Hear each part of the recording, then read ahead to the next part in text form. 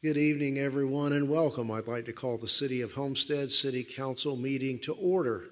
Today is Wednesday, April 22nd, 2026, and it is now 6:01 p.m.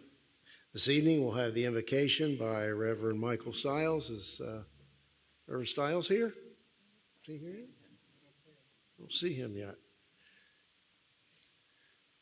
Councilman Fletcher, would you mind? So the invocation by Councilman Fletcher, followed by the Pledge of Allegiance with Councilman Fletcher and the Homestead Police Explorers. You please rise. Dear Heavenly Father, we come to you with grateful hearts today, and we thank you for your mercy and your grace. We ask you today for your wisdom to guide us to make the right decisions for our community, and we ask that you bless all of those who are in this chamber this evening, and that you watch over the city employees, our first responders, our folks protecting our country around the world. And we ask these in your gracious name. Amen. Amen. Please join me in the pledge. I pledge. Oh, yeah. Witness to doing both.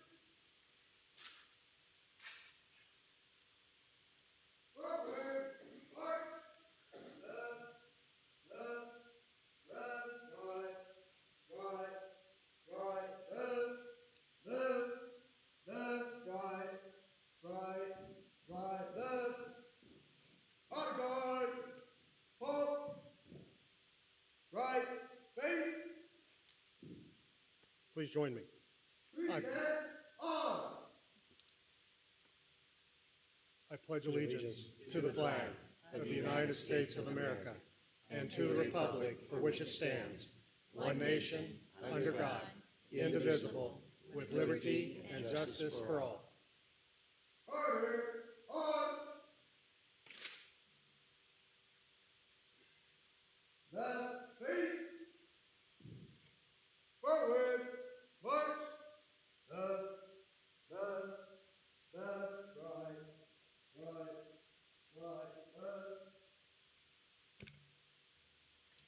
Thank you. Please be seated.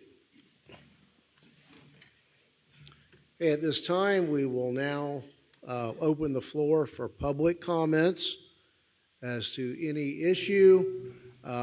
Please be advised that now is the time to speak on any agenda issue, with the exception of, at the time any quasi-judicial item or land use item is called up, you will have the opportunity to speak at that time. So, yes. Oh, get ahead of myself on the agenda. Thank you, Councilman. Roll call, Madam Clerk. Councilman Cannibal. Here. Councilwoman Avila. Here. Councilman Roth. Here. Councilman Fletcher. Here. Councilwoman Konski. Here. Vice Mayor Bailey. Here. Mayor Lawson. Here. Now, as I was saying, public comments. Is there anyone wishing to make a comment as to any issue, any agenda item, with the exception of a land use quasi-judicial item? Please come forward, give us your name and address for the record, and please limit your comments to 3 minutes. Now, note for the record that no one has appeared to have pre-registered, so we're calling from the floor now. Hi, good evening, welcome. Hi, my name is Ariela Diaz. Good evening, everything. This is Claudia, is my translation for tonight. Good evening, my name is Claudia Gonzalez, and I try to interpret it to Ariela. Bueno, muy buenas noches. Ya han pasado 2 meses de una ordenanza que quise que pasaran en la ciudad, pero no tengo ninguna respuesta. Creo que la concejal Erika Ávila hizo la presentación, pero son 2 meses y no tengo ninguna respuesta. Good evening, everyone. I came 2 months ago, and I asked him about a proposed ordinance, and I think Ms. Erika present about it, and she want to know about what is the follow-up for that. What was the subject matter of the ordinance? It is safety drive. Sobre lo que es el tráfico dentro de la ciudad de Homestead, puesto que está habiendo muchos accidentes dentro de la ciudad y no es posible de que hasta ahora, después de 2 meses de haber presentado esta opinión mía, no haya tenido respuesta de ninguno. Y yo creo que la concejal hizo partícipe a alguno de ustedes, pero no hay respuesta. Quisiera saber si más es importante de repente dar una aprobación que una vida que esté en riesgo, ¿no? I try to remind everything. I want to know it is important the life of the community, and that's what she want to know about the results. If she know that someone she bring information to somebody else, and she want to know what is the result for this, her opinion. Councilwoman? Thank you, Mayor. I was just going to see if the reminder was, I think it was about cell phone usage, texting while driving, and those things, right? Yes, she says about driving and texting, and it's about different accidents in the community about that, and that is the. So I'm not sure what they want. I can speak to You can? this. Okay. Yes, so thank you. Thank you for asking about it. It has not formally come to the council yet for review. What I can say is that back in February, I did request for our city manager to work with our police department and with legal to investigate different possibilities on how we can reinforce safer driving code and language to give more power to our police department to cite people for distracted driving and to just be stricter on cell phone usage to reduce traffic and accidents. I know that our attorney opined on it like next day, so did Chief Knapp, and that information I believe is still in the works with our city manager's office. I have not received a response. But maybe you have an update. No, I think at the said council meeting, the city attorney opined that this is subject to Florida Statute 316, which preempts local governments. Mr. City Attorney, correct me if I understood you correctly. No, there are 2 statutes that cover texting while driving, and it is covered in Chapter 316. The cities are preempted from local regulation, but there are uniform traffic citations that can be issued under 316 under existing law without the city doing anything. It's just a question of enforcement. It's not a question of having enabling legislation in order to prevent it. If I may, this is something that I would like for the city manager's office to look into. The request at the time was for a briefing to be put together for us to discuss further.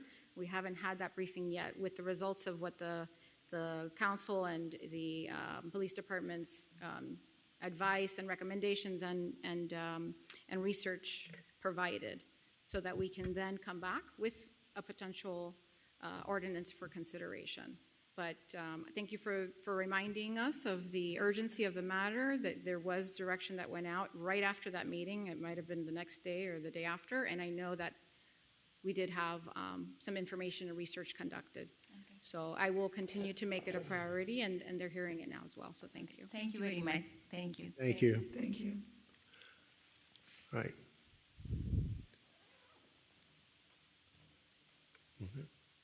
Mr. Mayor. Yes.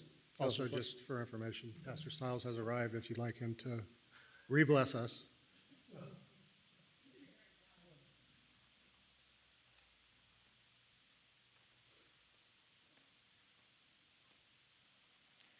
Good evening, Mayor and Council, and all of our distinguished public servants in your capacities.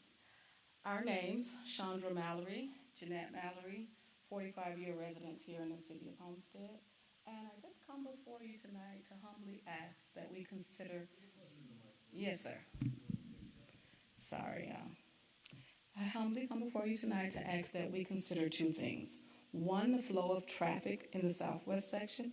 It is becoming an ultimate nightmare to cross Flagler Street during the operating hours of, let's say, 10 to 12 on the weekends, which becomes an inconvenience for families that are, trying to move around the city. And the code enforcement. We are homeowners. We have been homeowners for almost 50 years now.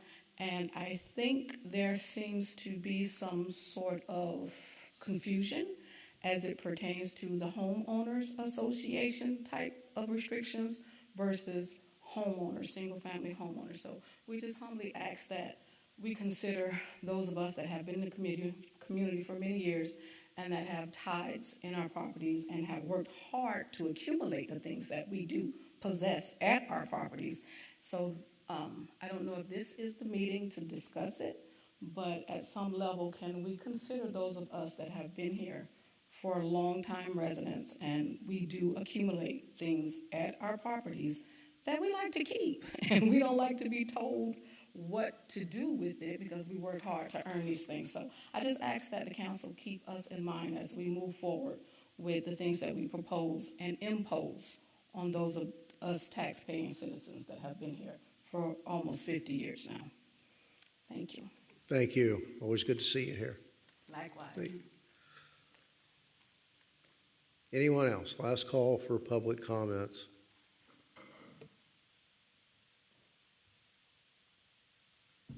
Good evening, Brandy Ramirez, 2231 Southeast First Street. I just wanted to piggyback in regards to, I think there's an item that you'll be discussing today in regards to boats in the yard or association. And just like she mentioned, a lot of people work hard for items that they have. So just take us into consideration making those type of decisions. But I also just wanted to come and share. I do notice some community residents mentioning code enforcement going into gated communities and that they're having some issues or concerns about that. But I wanted to share that as a resident that lives in a gated community, I had a very positive interaction with code enforcement and a positive interaction with the permitting department, the building department. So I wanted to thank code enforcement, the director, and the manager for taking the time to explain me the proper, procedures and the process to go through it to make sure we correct some permitting concerns. And then the building department and the permitting, Nora has been great. I'm looking forward to working with the other building people to complete. I've already completed one and in the process of finishing the other one. So I think we should, as residents, it's not always negative or complaints, but to also praise the different departments when they're doing their best to assist us as residents. So just wanted to share that, and I look forward to seeing the different things that you guys continue to do in the city. Thank you. Again, last call for public comments.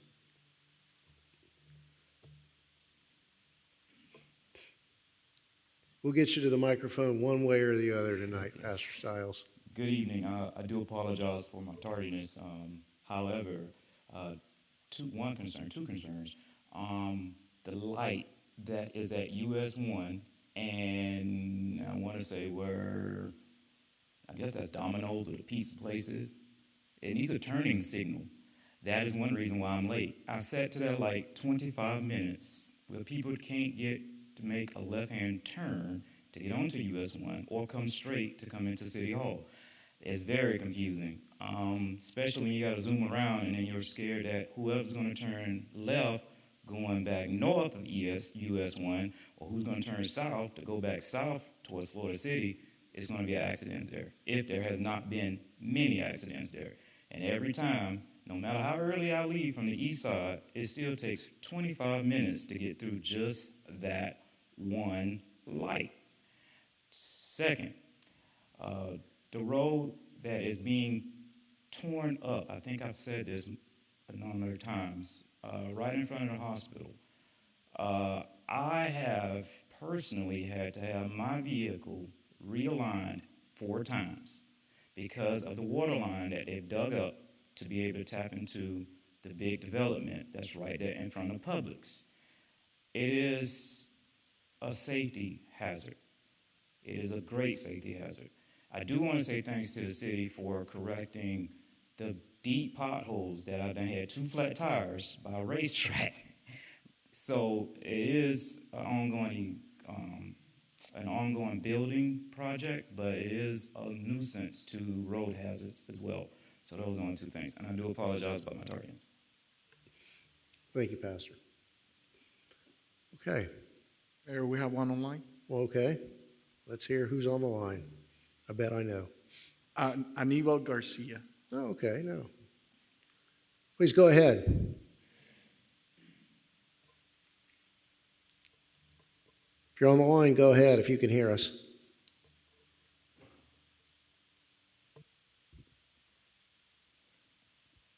Okay. There we go. Garcia. There we go. Can you hear me? We can, yes, thank you. Okay. My name is Aníbal Garcia, and I am here today on behalf of the Florida Department of Health and Miami-Dade County Tobacco Prevention and Control Program in support of the smoke-free parks ordinance before you today. This ordinance is important because it protects our youth and preserves the environment within the city of Homestead's park system. And we know that youth vaping continues to rise, and many young people mistakenly believe that vaping is safe, when in reality these products contain nicotine, which can harm brain development and lead to lifelong addiction, which we all know. When smoking or vaping is visible in parks, spaces designed for families and recreation, it normalizes that behavior, and passing this ordinance helps shift that norm and sends a clear message that our parks are places for health, not harm. There is also a growing environmental concern. Disposable vapes are made of plastic and contain lithium-ion batteries, which when left behind, they become hazardous waste, leaking chemicals into our soil and waterways and posing potential fire risk, especially in our South Florida climate. So this is in addition to cigarette litter, which already impacts the cleanliness and safety of our parks as well. This ordinance is not about punishment, it is about prevention, and with proper signage and community education, smoke-free park policies are highly effective through voluntary compliance. They reduce exposure, decrease litter, and they create a safer, cleaner environment for everyone, including our youth. By passing this ordinance, the City of Homestead is taking a proactive step to protect its youth, support public health, and safeguard its natural spaces. I respectfully urge you to support this ordinance. Thank you. Thank you. Thank you for calling in. We appreciate your input. Very, very important and informative. So thank you again. Is there anyone else online? Okay. All right. We have a lot of lengthy presentations tonight and a very long agenda. So if I could have the opportunity, I have a couple of appointments I'd like to make. I think one of the potential appointees are here. I think former Councilman Davis is under the weather, is not able to join us. But if I could go ahead and get your voice vote confirming the appointment of Natasha Oliveira and Tom Davis to fill the 2 vacancies by virtue of term expiration to the Homestead Housing Authority. Are there any objections? Are all in favor? Aye. Thank you all. All right, we are very fortunate this evening to have as company in our people's house. I like to call her our 3rd commissioner. I don't think she likes me to say that publicly, but I have to. But our very own Miami-Dade County Commissioner, District 7, Raquel Regalado. Welcome and thank you. Thank you. Well, there are 3 commissioners that represent South Dade, and I am one of them. So there you have it, right? First and foremost, it's always such a pleasure to be here with you all in Homestead. You're doing such amazing work. As many of you know, I am the County Commissioner of District 7. I was a school board member before. But here, I'm really here in my capacity as the proud mother of 2 neurodivergent adults. I want to thank all of you for raising the flag. It was such a beautiful event to have our families come out. And this year, my rollout has been a little bit different. What I did was capture the body of work. I've done a lot of things in Miami-Dade County as pilots trying to prove a concept. And that's what I want to share with all of you and with all of Florida for that matter. So what I launched on April 2nd is the Florida Neuro Inclusion Toolkit. So it's actually a collection of all the legislation, the data, and everything that we've been doing over the last 10 years. Just generally to explain why neurodiversity and not autism. Neurodiversity just includes a lot more humans. Both of my children are in the autism spectrum, but a lot of autistic individuals are diagnosed with another neurodivergent symptom. And in the case of my daughter, when she was an adolescent, even though she had been diagnosed in the spectrum, she was also diagnosed with ADHD. So she has ADHD. And there are a lot of autistic children and adults that are autistic with dyslexia, autistic with epilepsy. It's actually very common for neurodiversity to ride together, is what we call it. So when we talk about autism right now, we're at 1 in 31 in terms of the diagnosis. But when we talk about neurodiversity, we're actually 1 in 5 because there's that many people. And I say it because neurodiversity includes dyslexia, epilepsy, ADHD, autism, Tourette's. It also includes at the very top people who suffer from traumatic brain injury and become neurodiverse as a result of that. And then on the other side of the spectrum, we have neurological decline. So the first ones that I mentioned were neurological delay, so they get better with time. But then we have neurological decline, which is dementia and Alzheimer's. And a lot of the work that we do for autism actually fits everybody in the entire spectrum. So I think that once you put it in that perspective, you start seeing that these are not outliers and it's not just about April and October, but it's really about providing an entry point for individuals when we talk about government. So I used to be at the school board and I love talking about ed, but when I got to the county, I did some research with Urban Impact Lab. Specifically, we were dealing with employment for people with disabilities. And what we found is that the biggest obstacles were not at the employment side or not at the education side. It was the transportation. It was access to an ID. It was being arrested or Baker Acted. These are all government functions that we actually have the domain over. So people could do as much as they want on the ed side and on the employment side, but if we don't push through those barriers, then they never even get to that opportunity. So that's what the toolkit does. The idea is for people to replicate it. It has all of the data, what we've tracked, what we've done. As many of you know, my first item at Miami-Dade County was training for all of our departments. In the toolkit, it says that we've trained 2,120 first responders. That's because that was the last report, and I wanted to mention the report. But as of today, we've trained 4,125 first responders in Miami-Dade County. In person, actually meeting autistic adults and hearing from those autistic adults what that interaction felt like. So not a video, not a tutorial, but actually meeting them and speaking with them and understanding from them and from their caregivers what that interaction looks like. And that has reduced the Baker Acts, that has reduced unnecessary arrests, and it has really changed the dynamic of our police and fire as they enter into people's homes. The sheriff has been very supportive. When the police was under the county, I launched the decal, which is the occupant with autism decal that's available to everyone all over the county. And it goes into your 911 system, just like our 911 system. And that allows you to register and to put the actual information of de-escalation for that person. So for example, my daughter Isabella is very different from my son Sebastian. When I registered both of them, I put Bella, her de-escalation, Sebastian, his de-escalation, right? They're two very different people, and how you would approach them at a point of crisis is very different.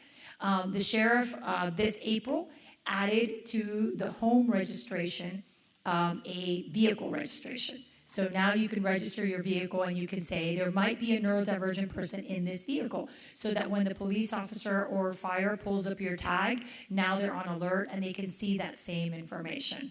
So it's so important to do training. At the county, we've trained everyone in our parks department, everyone in our libraries. All 50 of our libraries not only have training, they have social stories, they have sensory kits, they have sensory activities. The larger ones have sensory rooms, and we've really opened up those public spaces for our residents, and it's wonderful to see them finally coming into those spaces, because most of our families just stay home, and that's why you don't hear from them.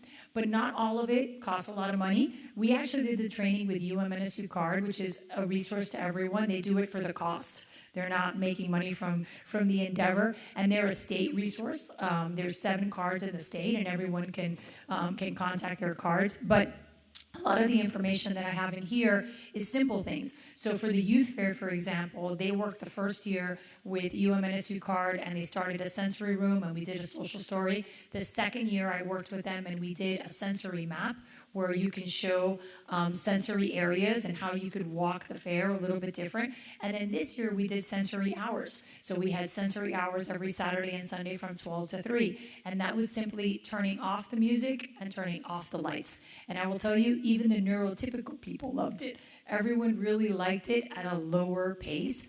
And that, as I mentioned, is really important for all neurodiverse people. So back to Alzheimer's and dementia, most people think that the first sign of that is forgetfulness. That is not the case.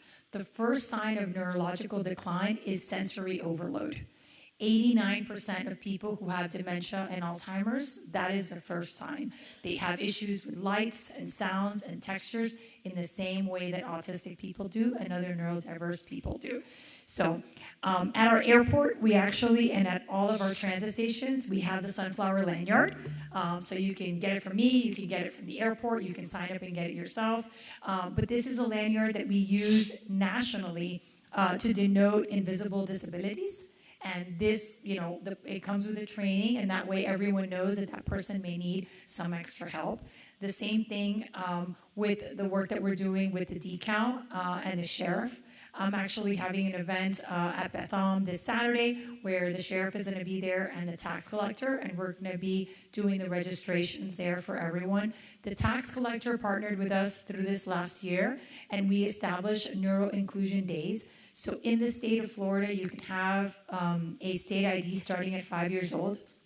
2 years ago, they changed the law that allows you to place your disability voluntarily on your state ID. That means that if you have a 6-year-old, an 8-year-old, an 18-year-old, a 22-year-old that's in the spectrum, they can have a Florida-issued ID that has their picture and has their disability and will serve as evidence of that disability. We have a lot of parents walking around with a diagnosis from 2003 and a birth certificate because since their child doesn't drive, they haven't gotten a license.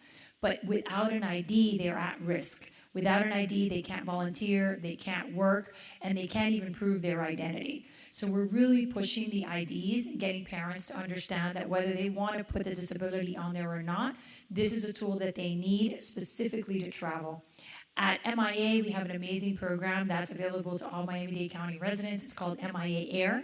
It's a dress rehearsal where we take the kids through the entire experience with their caregivers. So they get to the airport, they get their boarding pass, they go through TSA, we sign them up for TSA Cares, they board the plane, they meet the pilot, and then we go buy them Chick-fil-A. Who doesn't like Chick-fil-A?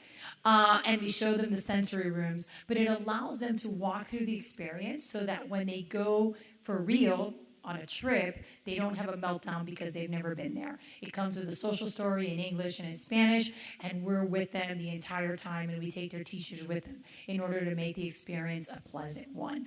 So those are some of the things that we've been doing in Miami-Dade that's in the toolkit.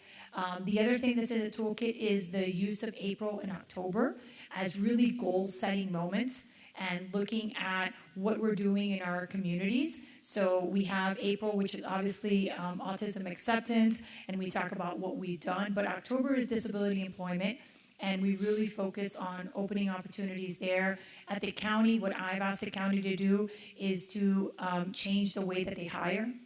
So instead of putting on LinkedIn that you want someone that has good communication skills, an autistic person will never apply for that.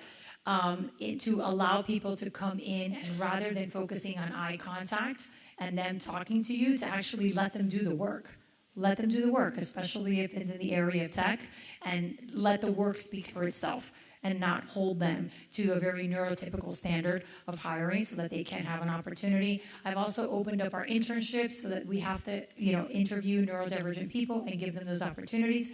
And finally, also in the toolkit is our Zero Drowning Initiative, which is a countywide initiative that I know you guys know about. I changed it to include neurodiverse individuals, specifically autistic children and adults, because irrespective of age, the number one cause of death for autistic people is drowning, irrespective of age.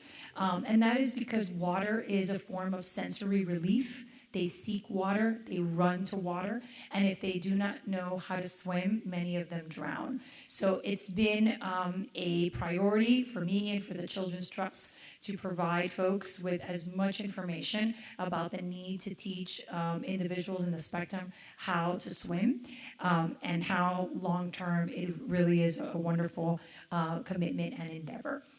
So with that, I'm here to answer any and all questions that you may have. There's a lot more in the toolkit.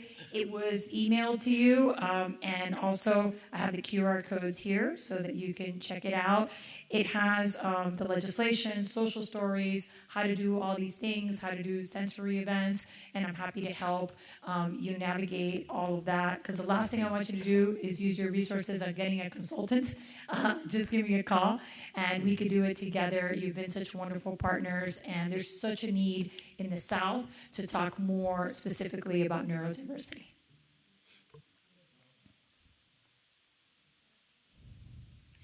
Thank you so much, Commissioner, for being here tonight and for sharing this very valuable information. And I do hope that we can be advocates to continue the messaging and to incorporate a lot of the tools that you're mentioning into our process improvement plans for the future. I do have a question regarding the police department's access for the vehicle registration at the county level. Is that automatically generating for our officers? Yes. Perfect. Yes. And then with regards to the trainings that you mentioned, has that already been done? Do we know for our police department?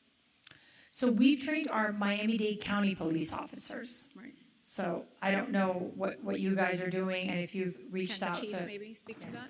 Chief, can you speak to that? Yes, we do training yearly, and as a matter of fact, as a result of some grant money that we found, we're going to have some autism training coming up. But we do it every year. Thank you for that. I would love the opportunity for perhaps comparing the training that we've been doing and what we're going to be doing compared to what the county's doing, so that we at least are making sure that we're touching all bases and well-rounded training. So autism training is a state requirement, but it's an unfunded mandate, as the chief well knows. We know all about that. Yes, you all know about those. So there is a lot out there in terms of virtual training.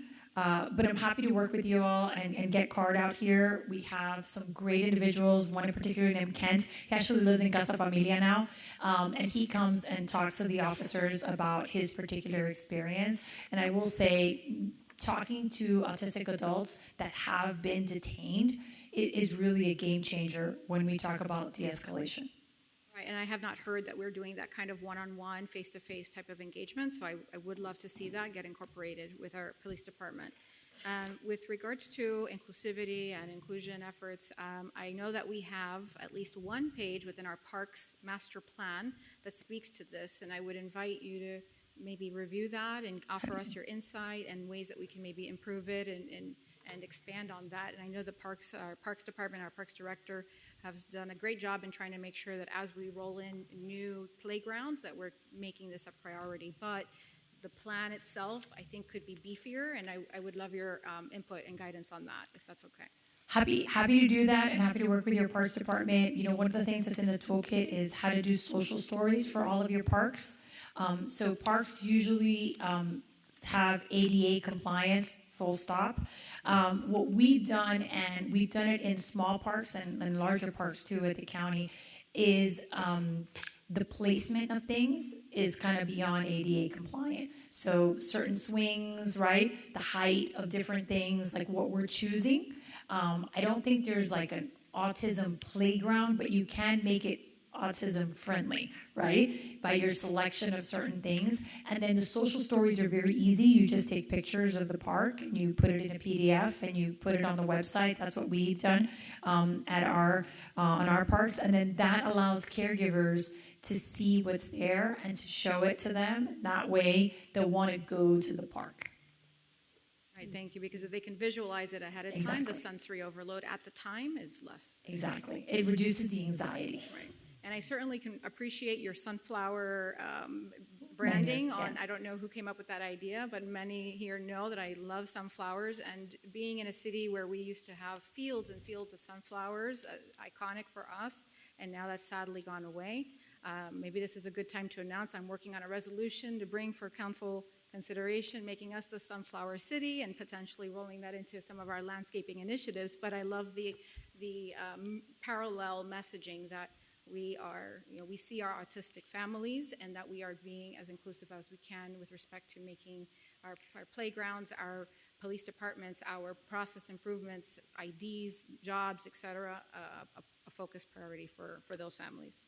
And I think you'll be happy to hear that we did roll out a Zero Drownings Initiative program with the Children's Trust, which it's not just learning how to swim, but surviving in those environments at a very young age. So we hope that mitigates a lot of those unfortunate deaths. But again, thank you. Thank you.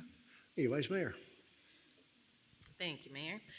Definitely, thank you very much. And you didn't mention, Councilwoman Avila sponsored a portion of Art Walk this year to have things that were, sensory specific for some of our guests that had special needs. So headphones and just different sensory type toys. So we are working on it.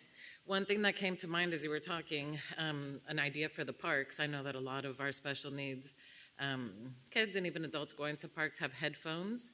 Maybe there's something to do with a QR code that would have some type of anxiety-reducing sounds or something that they might be able to, learn about the park and drown out noises around them.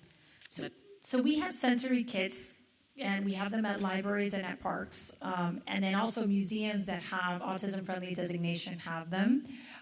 We also have earbuds, because depending on the age, some of them may not want the headphones. So it's like some very little ones and some very older ones don't want it. So we try to give them those options. And then in the social stories, we also, to your point, Vice Mayor, we call out if there's noise. So for example, have a beautiful park named Ron Eman. There's tennis there.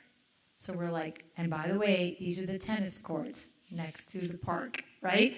So we give them that information. We have another beautiful park in my district that's next to the library. It's a very small park, but we went out of the way to make it an ADA park that's right next to the library. Because of its location, it didn't have like a lot of noise and a lot of movement. So we're focusing on the more passive ones and kind of leading with those and letting parents know that there may be activity in these other parks, because sometimes things are just co-located and they're a little there's noisy. Not much choice. No, I really appreciate all the headway that you're making. Keep us continuously in the loop so that we can keep working for our residents as well. One of my favorite preschool students, who's now 15, was nonverbal for many years, and he's coming tomorrow to read to the kids, which is his new favorite thing, is to read to children. So, amazing. Yeah. Amazing. And I know you appreciate this, Vice Mayor, because we've talked about it. One of the things that I have, and I mentioned it in the toolkit, and that's more of an October thing than an April thing, is the need to have adult programming. As many of you know, the world ends at 22, and I've really focused on getting people to understand why we need adult programming and how you can co-locate adult programming with individuals that have memory issues. The two communities go very well together. Autistic adults and older individuals that have dementia and Alzheimer's, a lot of the therapies are identical and they usually get along very well. So as you look at finding those places, I just want you to consider that our health system was built for elderly people. And what happens after 22 is, if you're lucky to have med waiver, someone goes home with you. So we literally graduate our children to the couch. And when we talk about that, everyone's like, oh, that's great, you get to watch YouTube, you get to go home. That's fine if you're an elderly person and the rest of your life is 7, 8, 10, 11 years. Not when we're sending you home for 50, 65 years. That's what we're doing. And I know that's a little jarring to people when I say it, but it's important because once we let them go home, it's very hard to get them to go to a program. And that's why I think as a community, we have to start having more events and we have to start talking about adult programming and the benefit of adult programming. I have 2 children that are very different. One needs less resources and was able to attend a program that I helped create at Miami-Dade Community College. My daughter needs a lot more resources and a lot more care. He can work with supports. She cannot right now. But she makes jewelry and she gives it away, to the people that go to her adult daycare. And she'll tell you that that's her job. And she's in vocational training, and I think in 5 or 6 years she will be able to do some volunteer work. It's a developmental delay. She's 22, but it's a developmental delay. I can't tell you that she'll never work because I don't think that that's the reality. Much like your visitor in the next few days, my daughter was nonverbal, and I was told that she wouldn't even be able to feed herself, and she graduated from a culinary program. So much can be done, for these individuals. We just have to give them an opportunity. They just think differently, and they experience the world differently. And that's why I really wanted to make it about neuroinclusion, because we have to focus on their abilities. They want to work. They want to be part of our society. When my son was working, we talk about the issues that we have with employment and retention and how everybody read the 4-hour work week and it went to their head, 4-day work week and it went to their head. But my son was upset that there was no work on Labor Day. He wanted to work on Labor Day. He didn't understand why we would take a Monday off.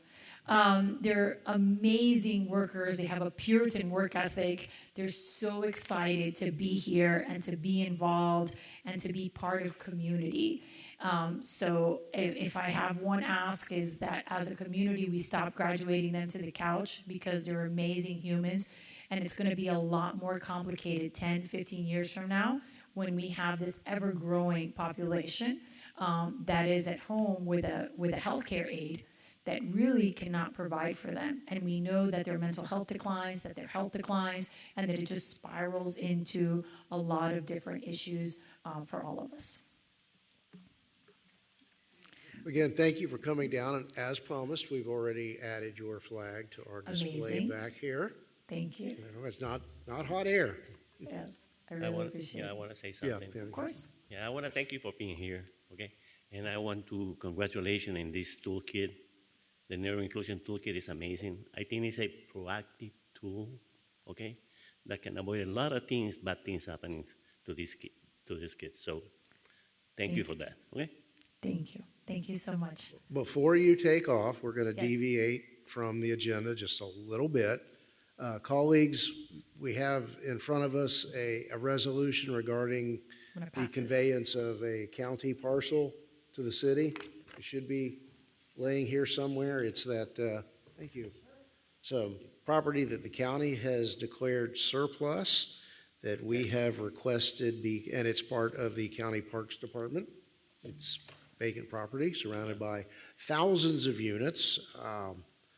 For frame of reference, Ms. Ramirez, it's the 10 acres immediately south of your neighborhood. So this has been an initiative by Councilman Cannonball working with our city manager. So Mr. Pearl, if you would read that resolution by title. I have the paper copy in front of me. Nobody put it on my agenda. He needs Josh has got it. Thank you, Josh. We're going to do this. She's here. Should have. This is a resolution of the City Council of the City of Homestead, Florida, requesting Miami-Dade County to convey certain county-owned property identified by folio number 10-7917-001-0580 to the City of Homestead for public park purposes, authorizing the city manager to accept the property on behalf of the city and take any action necessary to effectuate the transfer, providing for implementation, providing for transmittal, and providing for an effective date. Thank you. Mr. Manager, anything to add? Nothing much other than that, Commissioner, welcome. We've already met with county staff regarding this potential conveyance. County staff is very excited and they want to work with us. Hopefully, before you go on vacation in August, they promised us that there's going to be traction on this. So we're hoping to expedite the process. This afternoon, I believe, we transmitted all the checklists that they had requested with additional materials. So we are soliciting for your cooperation, your support in making this possible. Of course, I'll talk to Christina about it. Happy to do it. Yeah, Thank Christina you. White. Appreciate Wonderful. that. Councilman Cannibal, it's in the heart of your district. I know you've worked hard with other commissioners and our manager to get us to the point where we are now. So if I could have a motion to adopt Mayor? this resolution? Yes, I do have some Councilwoman? questions. If there's a motion, you want to make it, I'll second it, but then I do have some questions. Moved by Cannibal, I'll second. seconded by Avila. Thank you. I With do have some comment. questions on this. I would like for this to come back to us for final acceptance once we know that it's not mitigation land and that we can also make sure that it's deeded, restricted in perpetuity for a park. So that's something that I want to make sure that if we're receiving it and that we're going to have it, that it's going to be a park, 100%. So that's my condition on the second. Thank you. And typically, that's built into the conveyance. It's But it's not. It's not in this, and it's the one It's in titled Oakland. in the Parks Department now. Could be. Yeah. I would hope so, yes. No, at the county. I would hope so, yes. Okay. Mr. Mayor? Yes. I'm sorry, just procedural very quickly. We didn't add this to the agenda at the beginning of the meeting. Can I have a motion to add the Okay, so reso if to we the do that- agenda? I'll And move then to we add can this take a to vote the for agenda. adoption? I'll Okay. move to add to the All right, agenda. so it's moved by Cannibal, second by Avila, to add this item to the agenda.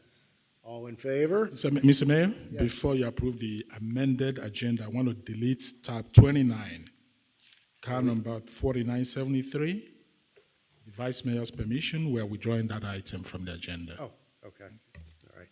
So do we need two separate votes to add one and delete another? We can take them together as All right. to So we're accept going- the amended agenda. We're going to add the request for the conveyance to the agenda and defer or delete for tonight tab 29 with respect to, that's the certificate of use item? Is that? No. It's a fee waiver. That's a fee waiver. Okay. Oh, that's right. It was before Right. the Education Yeah. Committee came Gotcha, okay. to be, so. moved it Very to- good. So all in favor of that addition and the deletion? Aye. Any opposed? All right, so now we're going to vote on the resolution requesting the conveyance for park purposes. Can we restate the motion?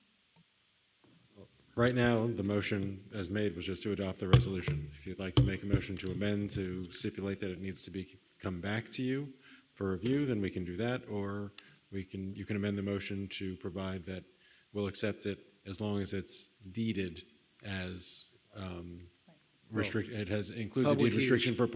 for park purposes. So you can amend, you can And make a motion to amend, mitigation- And mitigation free. and that it's not wetland, if that's Well, that would be your other part of our piece. due diligence Yes. before we accepted it. So. But the resolution isn't specific to that, so the motion has to be specific to that, in my opinion, but. So if you want to make what I'm hearing is, we'll Will accept you it. accept those amendments, Councilman Cannonball? Yes. Okay. So contingent on it Right. not being wetland property and that it is also comes with a deed restriction. For park so that it's purposes. for park purposes. All right. So the maker of the motion has accepted that at the request of the person who seconded the motion. No, he accepted it, so we're good. All right. So let's have a roll call vote on this resolution. Councilman Cannibal? Councilwoman Avila? Yes. Councilwoman Konsky? Yes. Councilman Fletcher? Yes. Councilman Ron? Yes. Vice Mayor Bailey? Yes. Mayor Lawson? Yes. The motion carries. All right. Thank you, I Commissioner. will talk to the Appreciate director it. first thing tomorrow. Thank you. It's always a pleasure. All right. So let's get focused again. I think that takes us now to 1 hour in to tab 2. This is a presentation, or is there a resolution that goes with the presentation?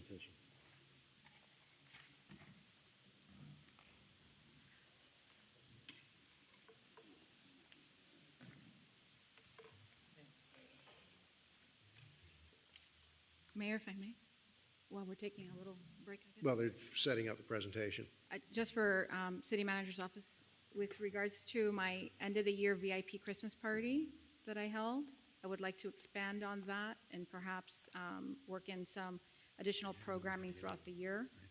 that we can, on the basis of what we heard today and the toolkit and whatnot, let's see if we can get that going sooner than later. Actually, I have some very, very good suggestions for you. I mentioned at the beginning of the meeting that I have some good news. Let me let you take the thunder. Let me brief you first, then you can inform your colleagues. Thank you. I appreciate it because I'm also working with my VIP group to try to have soccer programming, and that's been a little challenging. So more to come. Thank you. Thank you. Okay. Good All right. afternoon, Mayor, Council. I will make this 2.5 minutes, if possible, at the direction of the manager. This item is a discussion item, and the intent is to provide a brief update to Council on 2 primary initiatives that we have before us. I will categorize it with the America 250 signage that we're looking to implement or install at the end of May and will have in place through the end of September. And then we'll talk a little bit about the street banner program that will also be installed at the end of May, but will have a much longer shelf life because there are different sequences or rather seasons and sequences of the banner program. Last year, if you recall, Council adopted an America 250 logo in advance of the city rolling out a year-long campaign in celebration of the 250th anniversary of the U.S. We have worked with a vendor to develop design concepts for several banners to be installed at City Hall, the exterior of City Hall, the interior of the chambers, and at the police station. And then we have worked in conjunction with the CRA to develop conceptual designs for a street banner program to be implemented citywide. Before you have a proof of concept that we are proposing 2 banners to be installed again at the end of May in advance of Memorial Day on the east and the west entrance of City Hall. We are also looking to do 5 banners that around the column of the exterior of the City Hall building and half flags towards the bottom portion of the what I call the Coliseum feature outside of the City Hall building. The half flags are also going to be installed at the rear of City Hall and right outside of the balcony area. Within chambers, we're taking the opportunity to enhance chambers a bit by introducing 2 banners right behind the dais that you're sitting at this time with the newly adopted city tagline of "The Future Lives Here."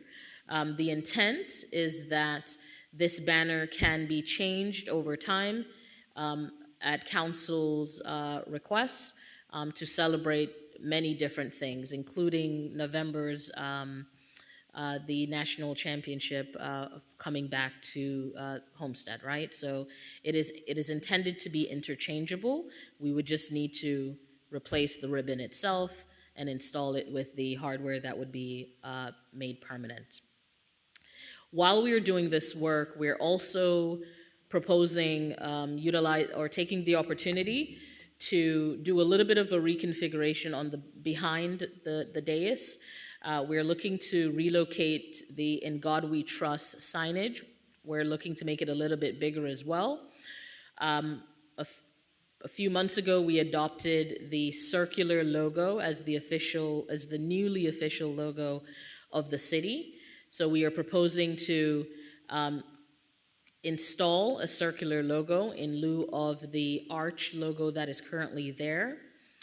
And the current arch logo that is currently installed behind the dais, we are going to look to Council to give us some recommendations on what you'd like to have installed in lieu of the archway. there are some designed imperfection if we remove it, so we need to find a method to replace that archway, that we do not see the blemishes that's behind the panel. So that is something that we can workshop with council individually, but that is something that we need to work on.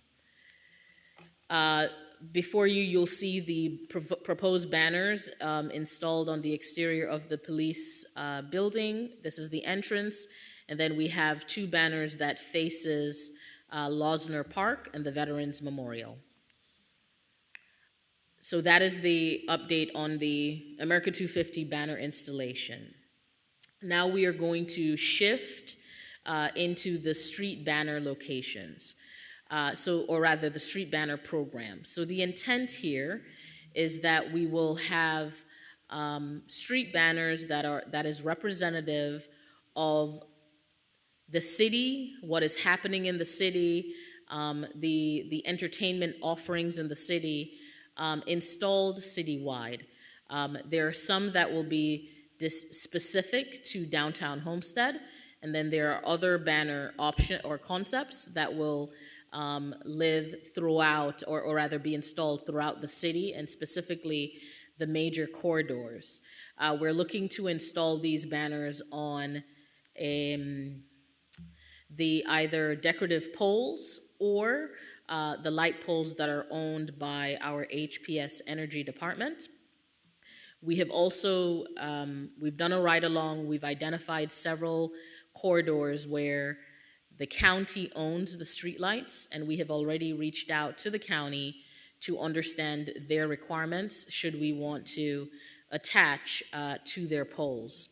The poles that we're proposing for the street banners, or rather the banners for the poles, are 48 by 30, and as you see before you, there are different concepts that is being presented.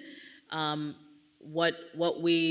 style or the stylistic approach is the kind of the one word verb, right? The action, and then having some sort of a visual aid that is descriptive of what is happening in the city or in the area. As you'll see before you, you have the downtown Homestead logo that is a sub-brand of the Discover Homestead brand. So we wanted to keep our branding consistent. So that is what you would see on all of the downtown Homestead specific banners. And then we also have several concepts for, again, entertainment, eateries, exploring downtown. Also, again, the intent is to encourage folks to visit or dining options and utilize the pedestrian opportunities that we are presenting. You also have, again, different shots of what visitors, residents are able to explore in the downtown area. We have some Seminole Theater shots. We've included, our standing holiday treatments, whether it's the Race to the 4th.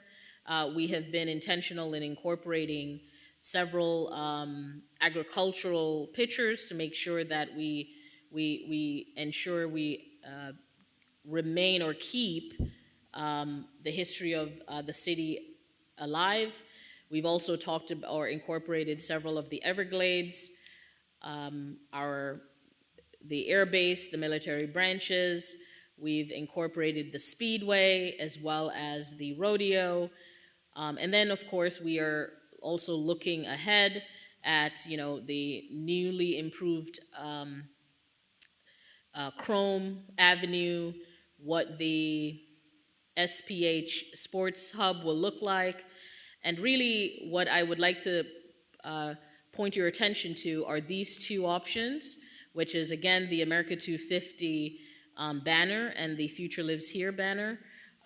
This would be the first as a part of the first deployment, right? So these two banners would be installed in concert with the other banners that you saw earlier.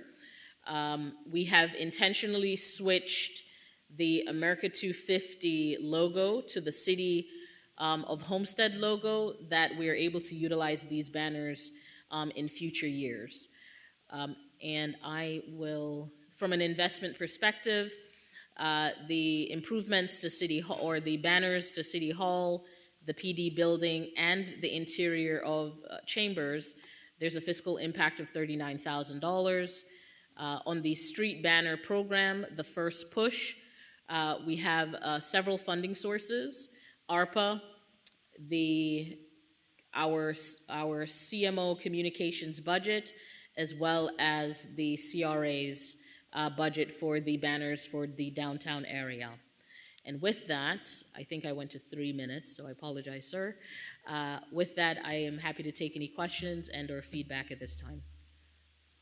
So just to be clear, you want us to focus primarily tonight on the interior and exterior of City Hall, the police station, and street banners that are America 250. The 4th of July Fourth banners. of July, that is correct, sir.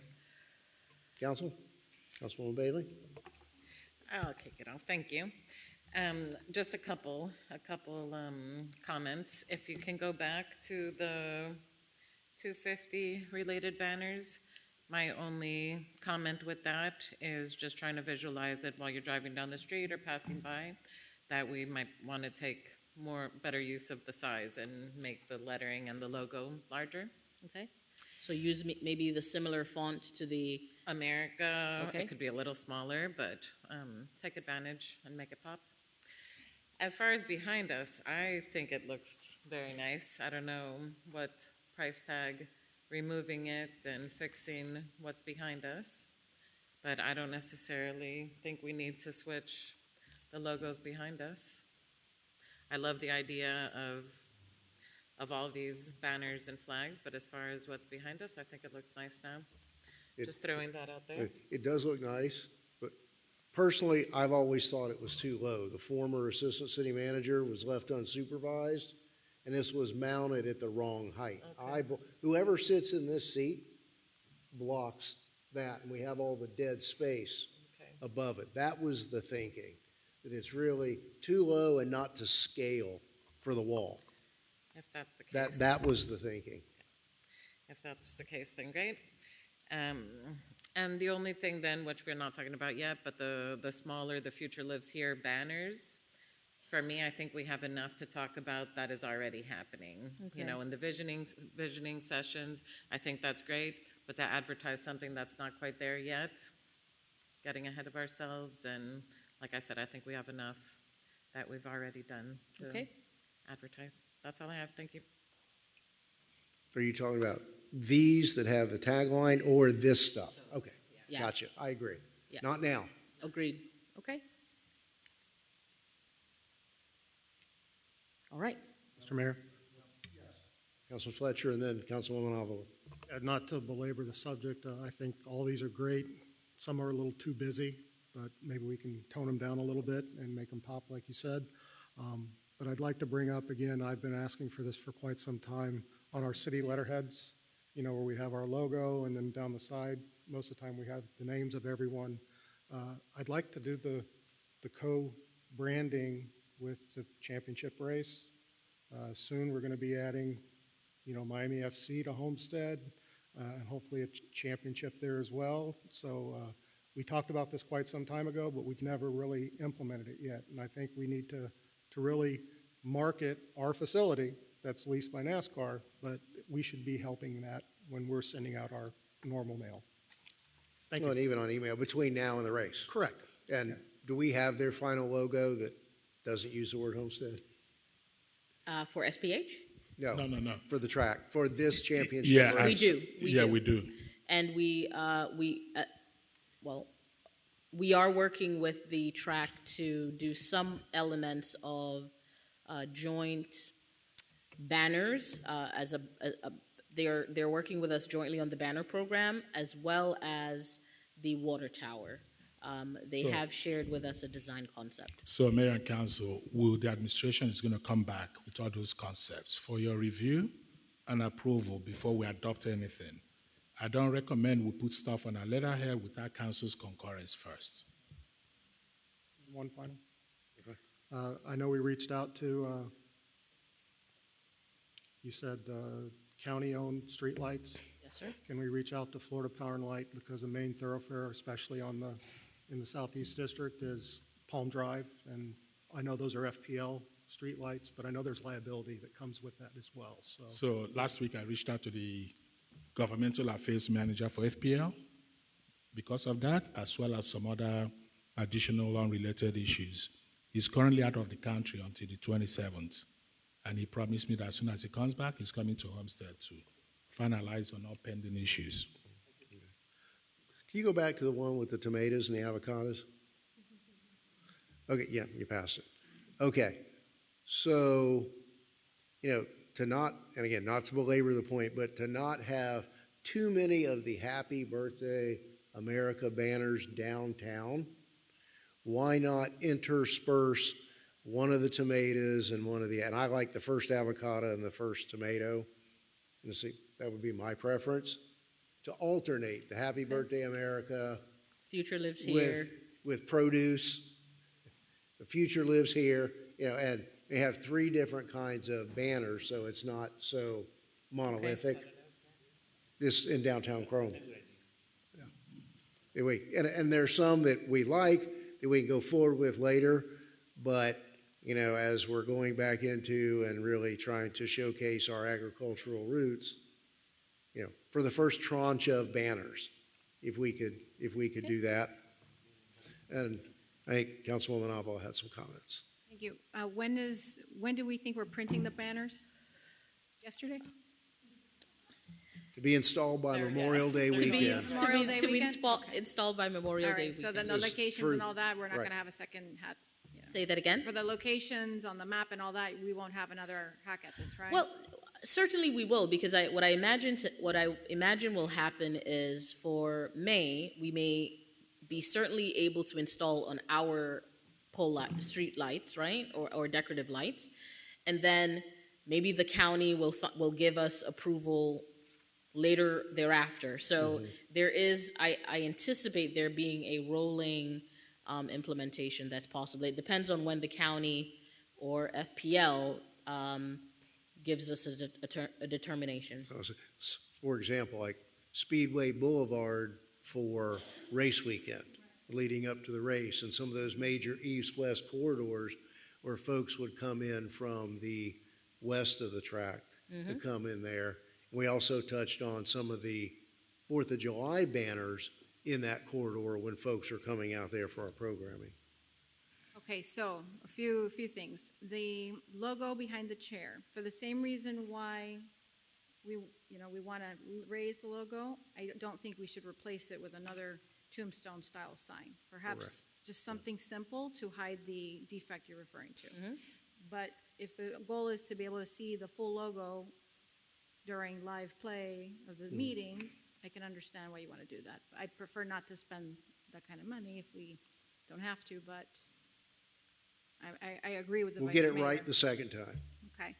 The banners in the inside, I don't know if that's necessary. I think that it's another distraction in the room. It's more work. But I do like the alternating of the signs.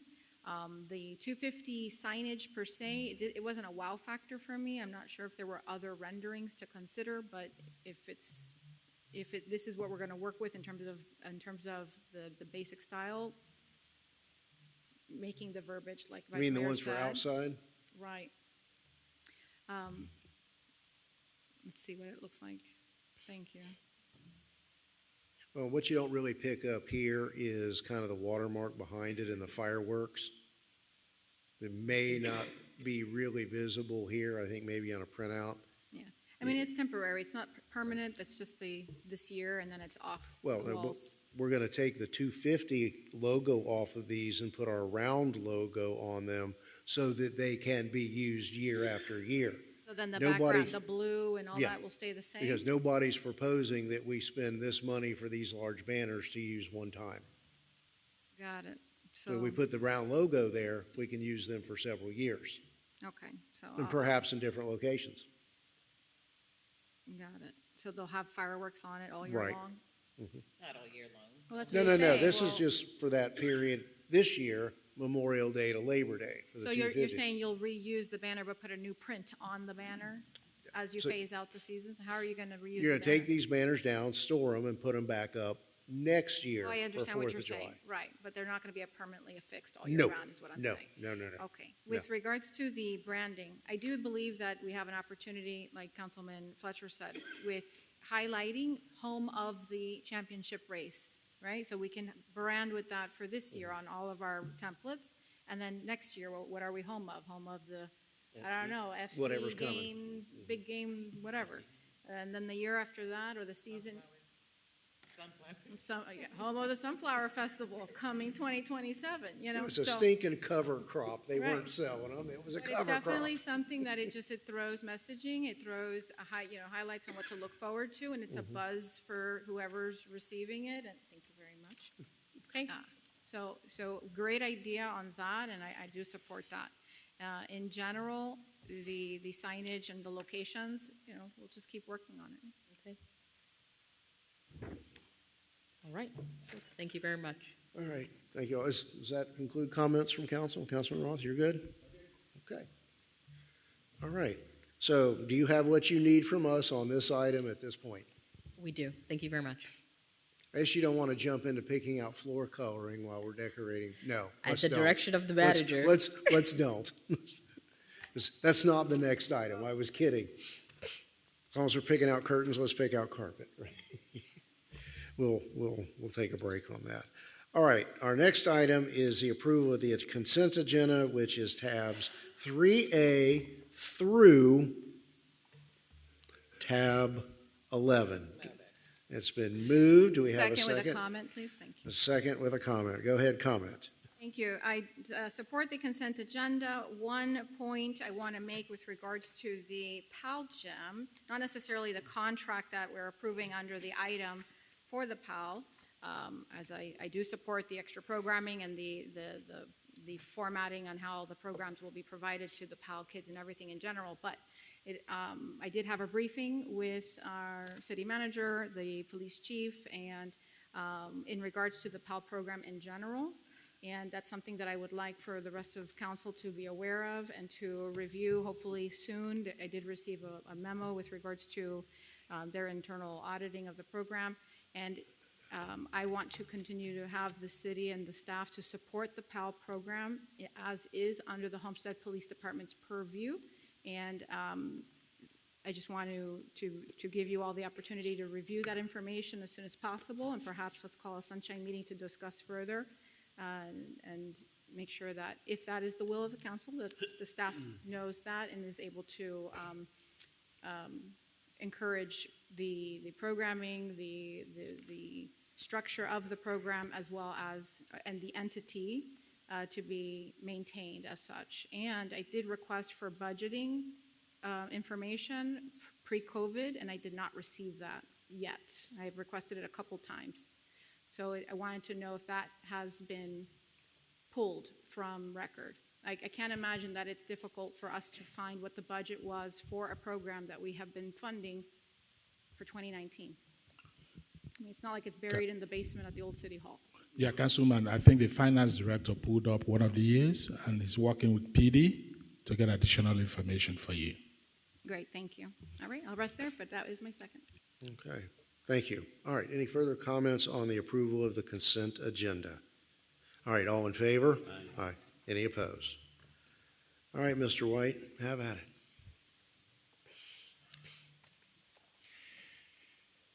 Yes, quasi-judicial items. Please be advised the following items on the agenda are quasi-judicial in nature. If you wish to comment upon any of these items, please indicate the item number you would like to address when the announcement regarding the quasi-judicial item is made.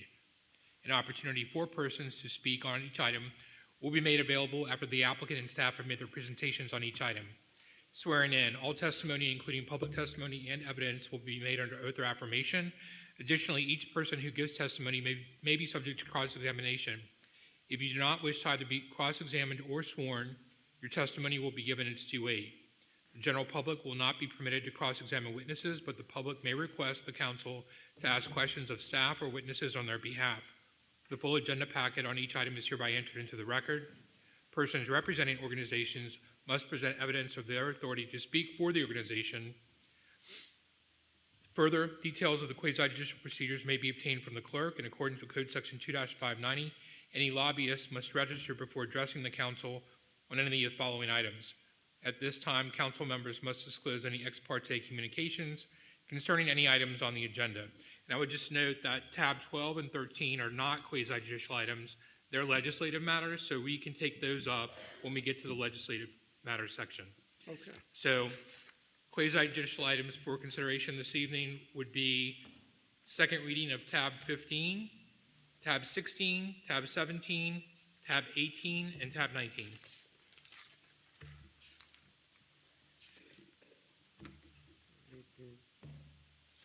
All the same project, right? Well, no, 18, not 19. 15 through 18. I heard you say 19, it's 18.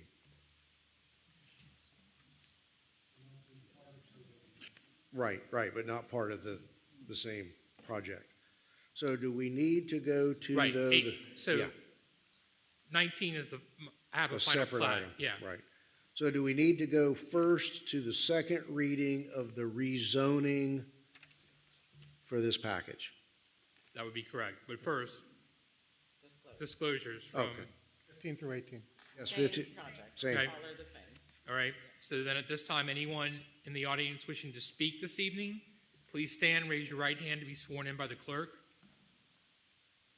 Do you hereby swear or affirm to tell the truth and nothing but the truth, so help me God? Thank you. You may be seated.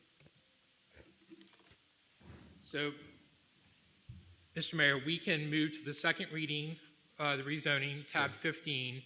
I can introduce that as well as tab 16, 17, and 18. Right. Let's introduce the entire package and then we'll vote in the order that's necessary. Right. Individually. So, tab 15 is the second reading of an ordinance of the City of Homestead, Florida, approving the rezoning as requested by Bama LLC and Penco LLC of an approximately 62.35 acre parcel of land from agricultural AU zoning district to one family, 1/2 acre A2 zoning district for property generally located south of Southwest 396th Street, north of 302nd Street, and west of Southwest 192nd Avenue, as legally described in Exhibit A, and providing for conflict, severability, and providing for an effective date. Tab 16, car number 4974, is a resolution of the City of Homestead, Florida, granting site plan approval as requested by Bama and Penco LLC for the development of 119 single-family dwelling units within a new residential subdivision on an approximately 62.35 acre parcel of land. Tab 17 is car number 4975. It is a resolution of the City of Homestead, Florida, granting tentative plat approval as requested by Bama and Penco LLC for the development of a 115 single-family unit new residential subdivision. And lastly, tab 18, car number 4976, is a resolution of the City of Homestead, Florida, granting a variance as requested by Bama and Penco LLC from the City Code of Ordinances, Section 30-98(1), regulations, to permit a minimum building site or lot area of 15,780 square feet, where a minimum 1/2 acre or 21,780 square foot building site or lot is required for each single-family dwelling unit. This is for the development of 119 single-family dwelling homes within a new residential subdivision. Thank you. Any issues with waiving the staff report, and we can come back to staff if necessary after the applicant's presentation? Is that okay? Mr. Arza.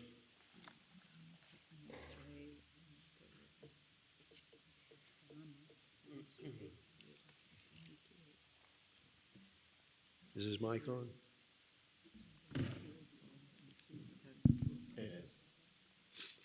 It's on. It's on. Yeah, just needs to be brought up.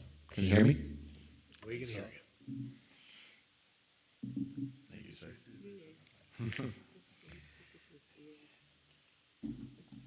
Good evening.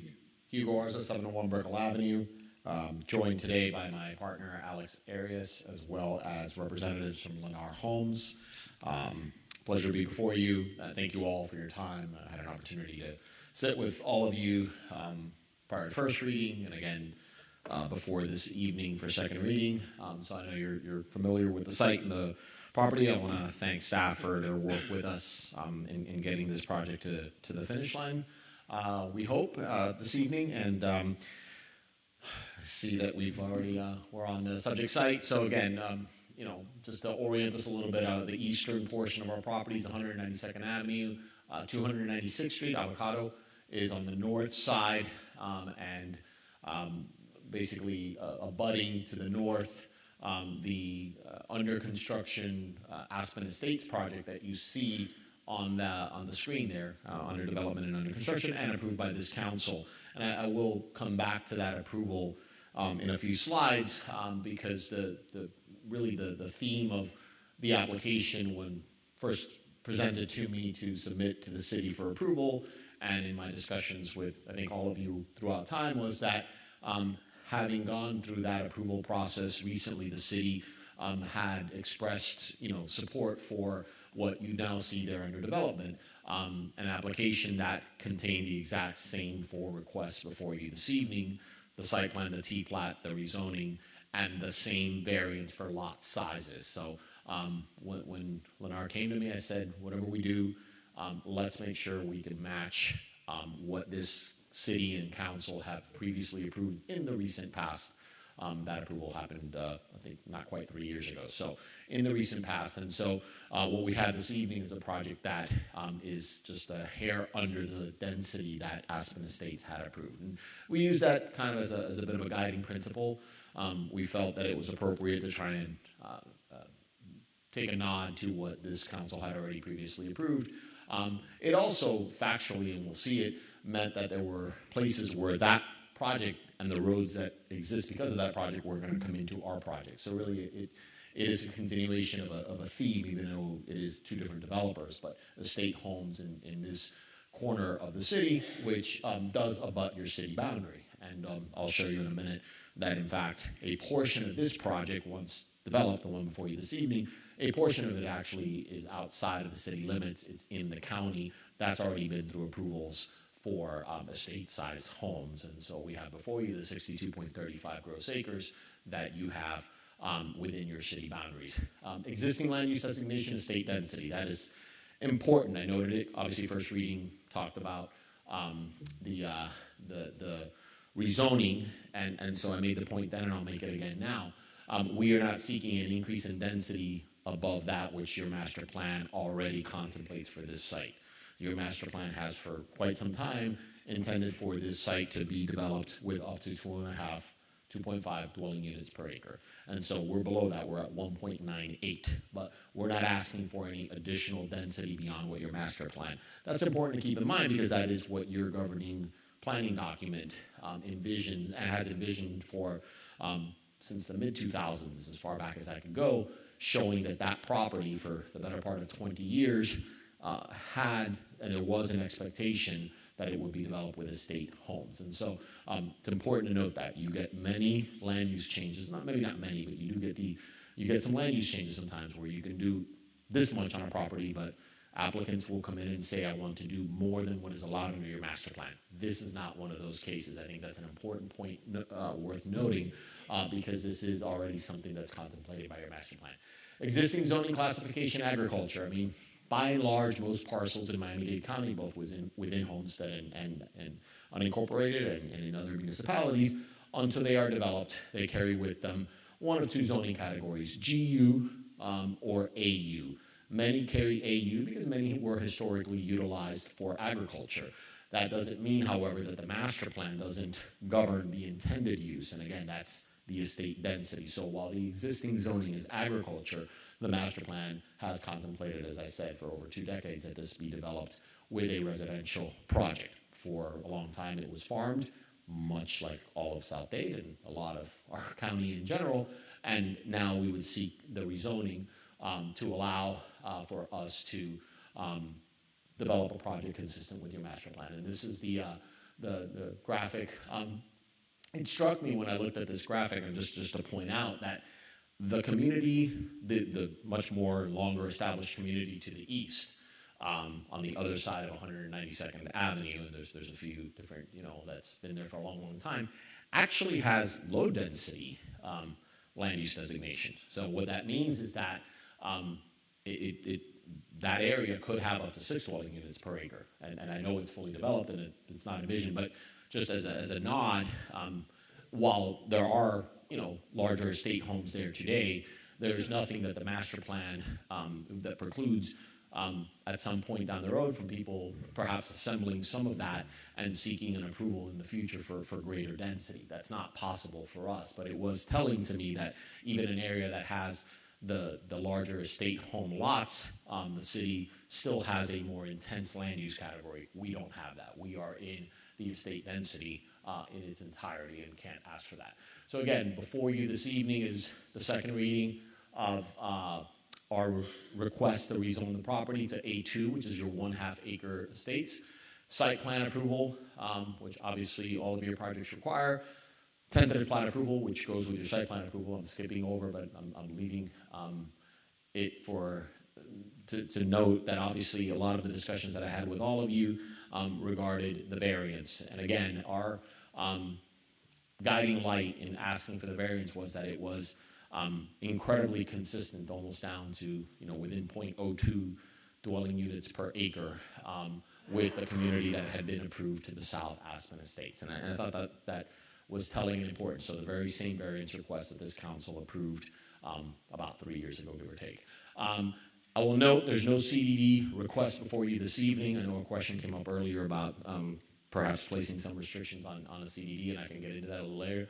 But we will be filing and processing for consideration by this council a CDD, the creation of the recommendation by the city for the county commission to create the CDD. I have confirmed, Councilwoman Avila, because I don't want to forget later, that a CDD petition can be made where it prevents or prohibits the expansion of that CDD at a later date. So I will, again, we're filing that application. We will work that through. I can't make a commitment for an application not before you this evening, but to the extent that there might be concerns when that CDD application I actually already texted with CDD counsel. She's assured me that commitment can be made.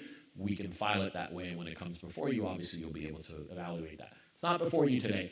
What is also, though, telling is that there will be no HOA. I think when we first started visiting with some of you prior to first reading, there was a discussion. Many of Lennar's communities have both an HOA and a CDD. They piggyback their responsibilities. They serve different functions.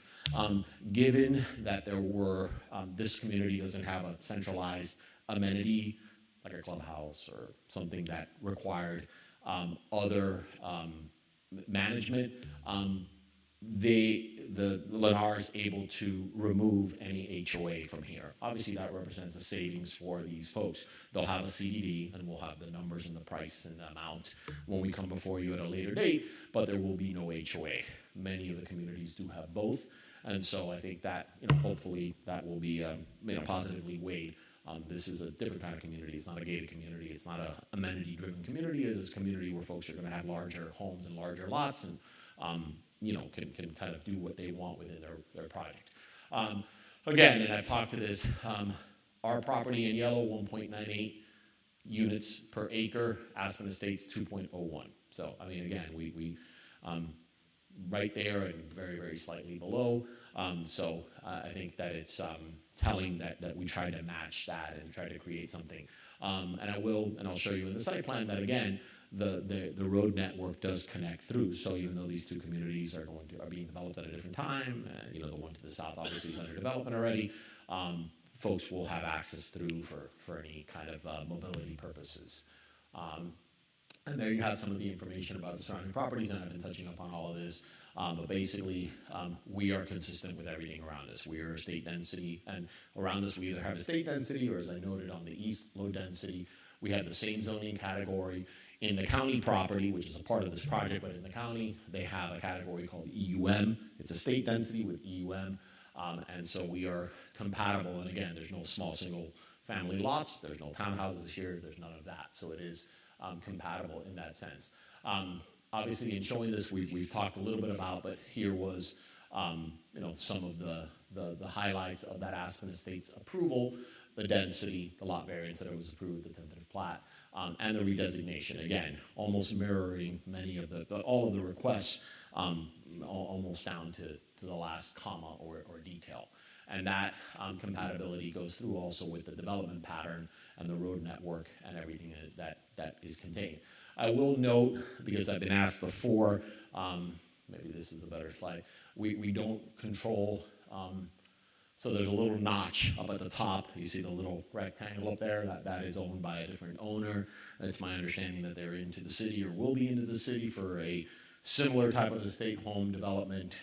At one point, we had a conversation with them. They for their own reasons, and they would not have to, of course, didn't see a need to join our project. So, but the city is aware that notch there, while it's out of the confines of this project, will also be developed with estate homes. I just mentioned that so that you all can appreciate that it will be the same continuity of pattern. So here's the site plan. The yellow is the county parcel that will be part of this development in this community once finished. The folks, it'll be curious, right? So people living sort of behind each other or half a block away are going to be in the county and not in the city. But that's where the city boundary is. So that parcel is already approved in yellow. But as you can see, it ties in on the south and on the north and in the middle point. And then to the south, you see those connection points into Aspen, particularly in that block at the bottom. And I will talk a little bit about that block, because that block is the block that contains some of those smaller lot sizes. And in large part, it's because of the configuration of the roads to the south. When you look at those two roads to the south, you break up that square and at a fixed point, right? I mean, you've got to connect exactly with the roads that exist in the south, which meant that we, in a couple of those blocks, don't have quite the depth of lots. I've gone back to the drawing board, and I have a couple of thoughts and suggestions for what we can do to enable and make sure that the future residents of those lots, even if their lots are, the two blocks are 5 feet less in depth. So obviously that makes a little bit of a difference with a backyard, with the ability to have a pool exactly where you want it. And we have some thought given, and I'll wait if there's some questions as to how we might be able to ensure that even those lots, even though they're a little smaller, still can enjoy a fully functional backyard. And we have some thoughts for those that I'm happy to share with all of you. We'll get to it. Some of the site plan graphics, again, the 119 units and all the requests. For the variance requests, the only variance required, again, is the minimum building site, the lot size. And so I want to note here that out of the 119, 90, whatever it is, 24 lots, I'll stick to the number on the screen, 24 lots are under 17,000. So the great majority of the lots are actually greater than 17,000, including many, as you can see, like the entirety of Block 7, which is 19,000, the entirety of Block 6, which is 18,500 and higher. So by no means is the request to bring down every lot to the 15,800 or so feet that we have in a handful of lots. It's the majority of the lots are 18, 19. All of Block 9, as you can see on the right, is 21,000, with the exception of a couple of lots that are actually in excess of the half acre. So again, the request is somewhat borne out by the road networks and how you break it up, and then some of the blocks getting a little smaller, and also driven, candidly, as we've discussed with all of you, by a lot of market economics. The development of the site is a fixed cost. The property comes at a fixed cost, I mean, whatever the cost of the land is. The water and sewer that will be brought to this site from the county, we're not going to be taxing the city's infrastructure here. We're going to tap into another Lennar community that has to be brought in at the developer's cost. All of those are fixed costs regardless of the exact number of lots. And so, given how expensive land is, how expensive development is, how expensive water and sewer infrastructure is, the project before you is the one that is able to provide for a a project that works for all folks. And we've talked a little bit about the prices. I mean, these are homes that we anticipate will go on the market between the middle 700s to the middle to high 800s. So it's in that spot of homes that are admittedly step-up homes. I mean, most folks will buy an initial home. It might be a townhome, it might be a small single-family home, and this will be obviously, for a lot of folks, a second family home a little later in their life, and will provide for that space and amenities that, frankly, is hard to get in most of Dade County at this point, to have 18, 19, 20, 21,000 square feet lots. Here is a graphic depiction. The smallest lots, you had it in the tab form or in the chart form, and here's the smallest lots. And again, the smaller lots are principally driven by the fact that those road networks on the west side also break it up, and so that is the space that we have, so to speak, on both sides of those roads, which, when you then divide it up into the home sites, generates the lot sizes that you have before you. But it also means that it's well into the community, will not be visible from 296 or 192nd Avenue. That is, those traversing through the area are not, although I've said this before, it is difficult when you're driving to note the difference between a 16,000 square foot lot and a 19,000 square foot lot. I do this for a living, and driving down the street, you're hard pressed because it's both width and depth, so it's really hard to see. What you're going to see is an estate-sized lot. But nevertheless, they are within the community, to the west side, closer to the county parcel, furthest away from the established pattern on the east side of 192nd Avenue and the major thoroughfares of Avocado and 192nd. And I think we've talked about the compatibility of the project substantially. The tentative plat, which, as you all know, is, and I'm going to go back because I want to touch on one other point. The tentative plat, which is your surveyor's review of all of the technical requirements of state and county procedures. It's mostly governed by state and county platting. But obviously, your city has an obligation to approve the tentative plat. The tentative plat is pursuant to your staff's recommendation and review, consistent with the site plan, and meets all of the requirements for the subdivision of this parcel. I brought it back to this site plan because I wanted to talk a little bit, because there was a lot of discussion. One of the requests that we got from staff, and again, we work closely with Ms. Storch and her team at Development Services, was the desire to have along the northern perimeter of the property on 296, along the eastern perimeter on 192nd Avenue, on the 300th Street, which is a street that basically bisects our project from the Aspen Estates project, and then on 194th coming down, a wider 10-foot buffer. And I've had some discussions about the implications of that. But I think the belief and desire was that that buffer would provide, again, for some visible greater plantings that would provide an opportunity for, again, folks driving through to see a more lushly landscaped area, rather than folks not having that 10-foot buffer along those thoroughfares and just being able to see more into the backyards of homes. What we're proposing here is, with that additional 10 feet of planting, is, and those 10 feet of planting will have trees, not bushes. So those trees, obviously, with the rain that we get in South Florida, will grow and will provide for a canopy and a visual break where you won't really see on Avocado and 192nd in a few years the homes that are behind it, because those lots, and we were counting them, and most of the lots have 8 trees across their backyard, so they'll grow and they'll fill out. One other point on that I can confirm, is I was asked a question by Councilwoman Avila, so I'll jump the gun here, is we are planting hedges, and what we're doing is, they're on the plans shown as 3 feet tall, but they will grow to 6 feet. Now, if we plant taller, and we have one of our sort of land development folks here from Lennar today, if we plant taller hedges today, they have to be planted further apart because their root structure is larger.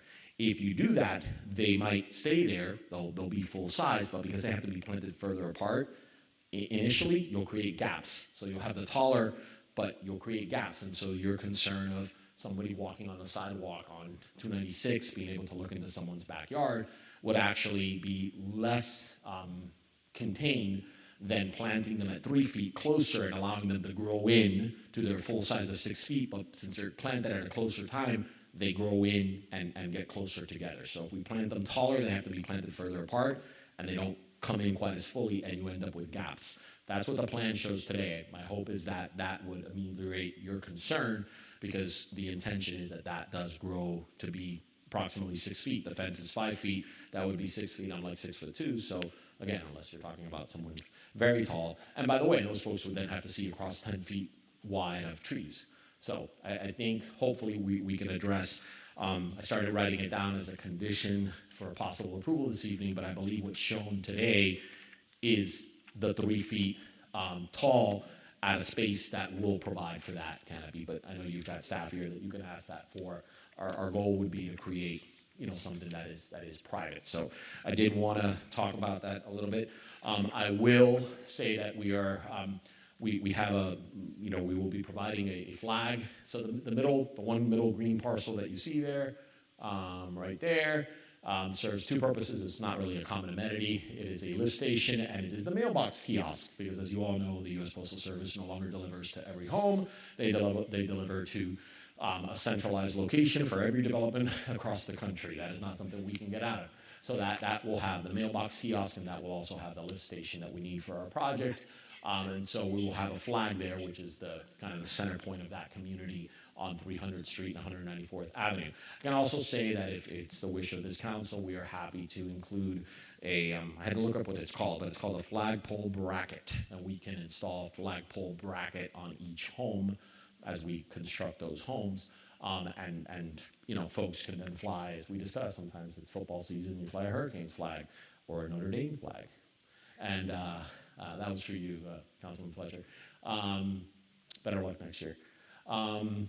But obviously an American flag during all of our holidays, an Easter flag, well, whatever the case may be. So the homes will all come with a flagpole bracket. I know that was requested.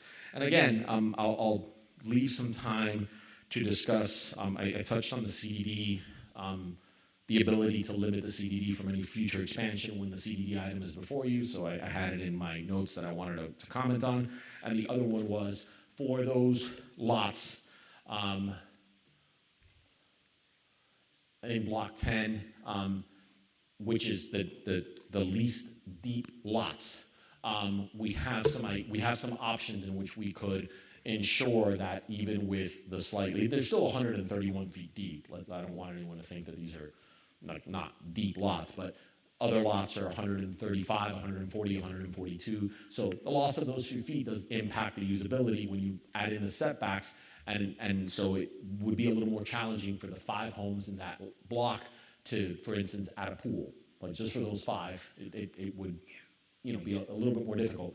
We do have a solution. We can select and put certain models there, the smaller models, and obviously since they're smaller, there's a little bit more room in the back.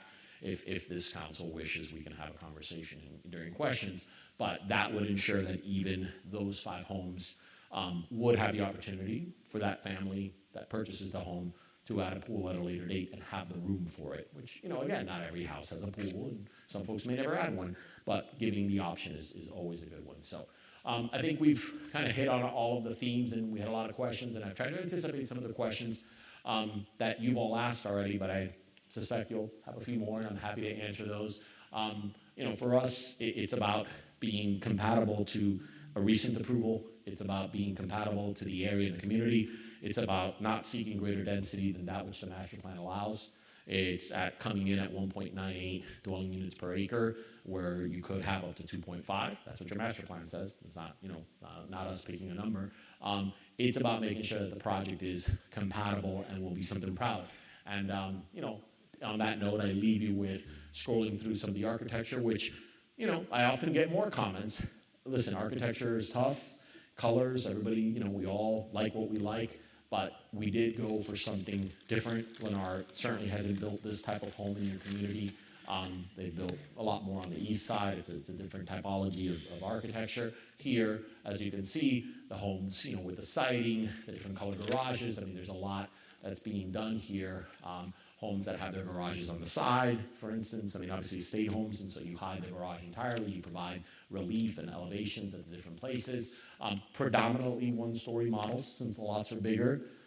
We do, and as you can see in this graphic, and In this one here, there are some two-story models for the families that need a little more space or want the privacy. Some folks like to have their bedroom upstairs, whatever the case may be. But again, options and models, and I think color palettes that hopefully complement a lot of what you're seeing, and the siding and some of the architectural features that hopefully are amenable and acceptable to the council. And we worked on some of those, obviously, with your development services director too. So I leave you with the pretty pictures because that's always the way to do it. I would urge you this evening to approve all 4 requests before you. I will leave it to your attorney to tell you the order. I thank you all for your time because I know we met on several occasions with all of you, and I look forward to answering your questions. Thank you. All right, thank you, Mr. Arza. Let me, before we jump into any questions, let me look to the audience and online and see if there are any members of the public who wish to speak either in favor or against this package of applications. Is there anyone online? Anyone in the audience who would wish to speak with respect to this new development? Okay, then. Last chance. I'll close the public hearing then and open it up to council's questions and comments. Who would like to kick it off? All right, go ahead. Don't all jump at once. And I'm going to say a lot of the stuff I want to say are things we've already discussed, okay? Good. I tried. I had my list here. I won't be supporting the zoning change, but I'm assuming it'll pass. And so with that, I'll continue with my other comments, okay? The growth is coming, but what we can control is whether or not the growth is going to erase our image and replace it, or if it's going to reflect what we want it to reflect, which is our homestead and agricultural roots and lifestyle that we want to preserve. We want it to mesh well with our future. I can appreciate the architectural design that was displayed in this plan. I appreciate the color scheme. I think it looks modern and fresh and can appeal to the message that I'm trying to relay here. What I am a little disappointed with is the landscaping plan in general. I know you mentioned about the hedge, which I can understand that if the hedge is the type of plant that can grow to 6 feet, fine. But the pictures that I saw are small, more ground cover type of hedges that maybe can grow to 2 feet. So I'd like to see that be more specific. And with regards to the way that the sidewalk maybe is shaped, instead of straight lines, more ergonomic or curvier shapes. I would have loved to see some more influences for agricultural garden-to-table lifestyle. As you mentioned, this is a step up, right? Maybe these families are more mature, they have older children, they're maybe getting into their more mature years as parents and spending more time at home and gardening and things like that. There's the other community that we're using as a base for this one had raised garden beds as part of their site plan accommodations. So, are these things that you have already considered and can potentially add to this project? And I hope so, because Lennar has been very successful in creating agri-hood style communities in Florida, and I would expect that that Lennar could be the example and can set that standard here in Homestead. We really don't have a lot of opportunity to make these design initiatives because of everything getting built out. So if this is going to pass, I would really encourage council to try to include these types of aspects. The porches could have been more prominent so that you have that that more outside living appeal. And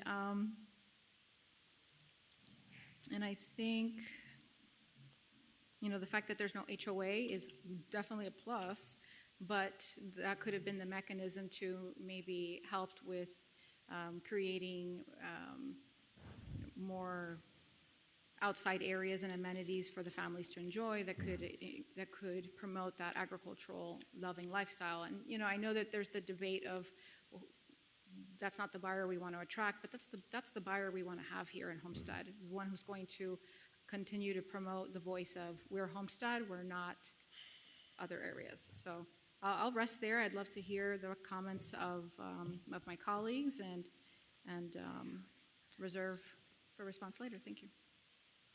Thank you, Councilwoman. Vice Mayor Bailey? Thank you, Mayor. I definitely would like to hear some more comments from you all as well.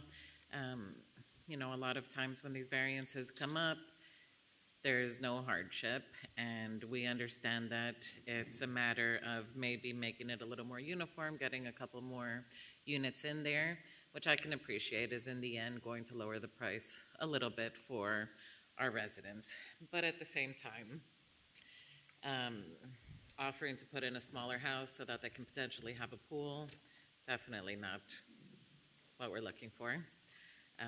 To be fair, I mean, the smaller house is, I think, still about 3,000 square feet. I mean, no one would be, I mean, it's still a large home, but just, I mean, if I said it that way, I just want to clarify that point. Yeah, I mean, it's not a small home. I understand that, but to get into the thinking about that, then I just start going in these crazy rabbit holes of trying to imagine what people would want. And obviously none of us are ever going to know. But this is one of the last lots that we have for these half-acre homes, and there is a very big difference from the smallest to what should be approved. So raised gardens, that was one of the small pieces that was concessioned for that other project. For me, the side setbacks and the backyards are key for Homestead. I feel like a lot of us do our living outside of the house as well. The porch is a good point that maybe would be a better concession. I know that you're not asking for a setback of the 50. What is it, 50? Yes, front is 50. Is it 52? 50. 50. So that's a lot of front yard. Yeah. I think that most people, it is a backyard thing, but if it does pass again, that we can consider having a larger porch. Side setbacks obviously aren't an issue here, but that's one thing that after you visit somewhere and you just feel that house right next to you, that's not what we're looking for. Flagpole bracket, great, but we need to talk a little more. So hence I would like to hear more from my colleagues, just because,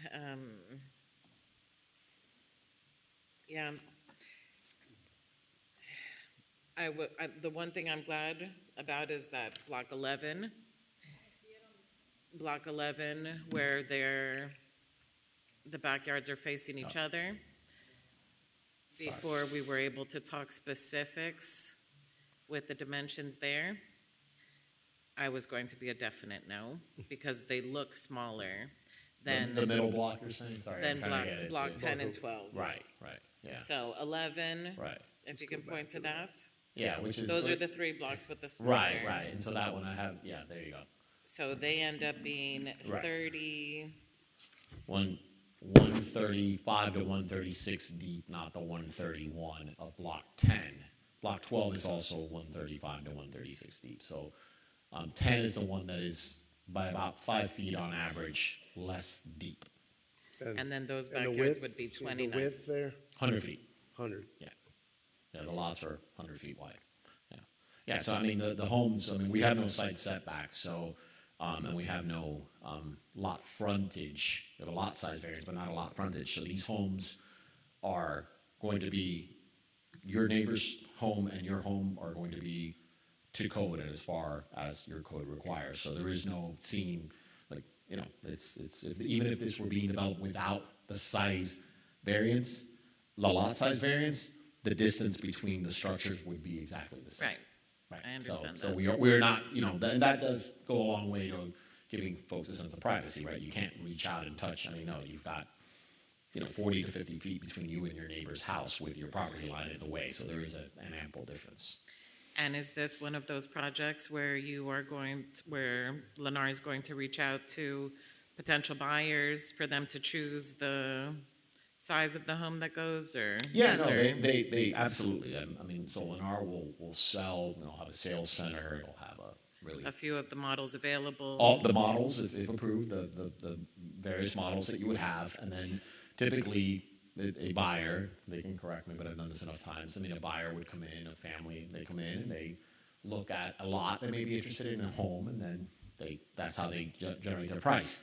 We could, in an effort to ensure that anyone who ultimately buys a home in Block 10, we could say, for these 5 out of 119, for these 5 homes, your choice is limited to these smaller, and again, 3,000 square So foot that's lots. going to be their That's their election, preference. yes, Maybe exactly. a 29-foot backyard is perfect for them because they just want a small patio. Right. So that's my point, is they would be able to Of see course. that and know, Yes. I'm choosing the 2-bedroom or the 3-bedroom, and I'm not getting a pool or Correct. vice versa. More like 3 or 4 or 5, but yes, bedrooms. Okay. But yes, I'm absolutely right. My So backyard the is smallest any of those backyards would be for 29. the two smallest models.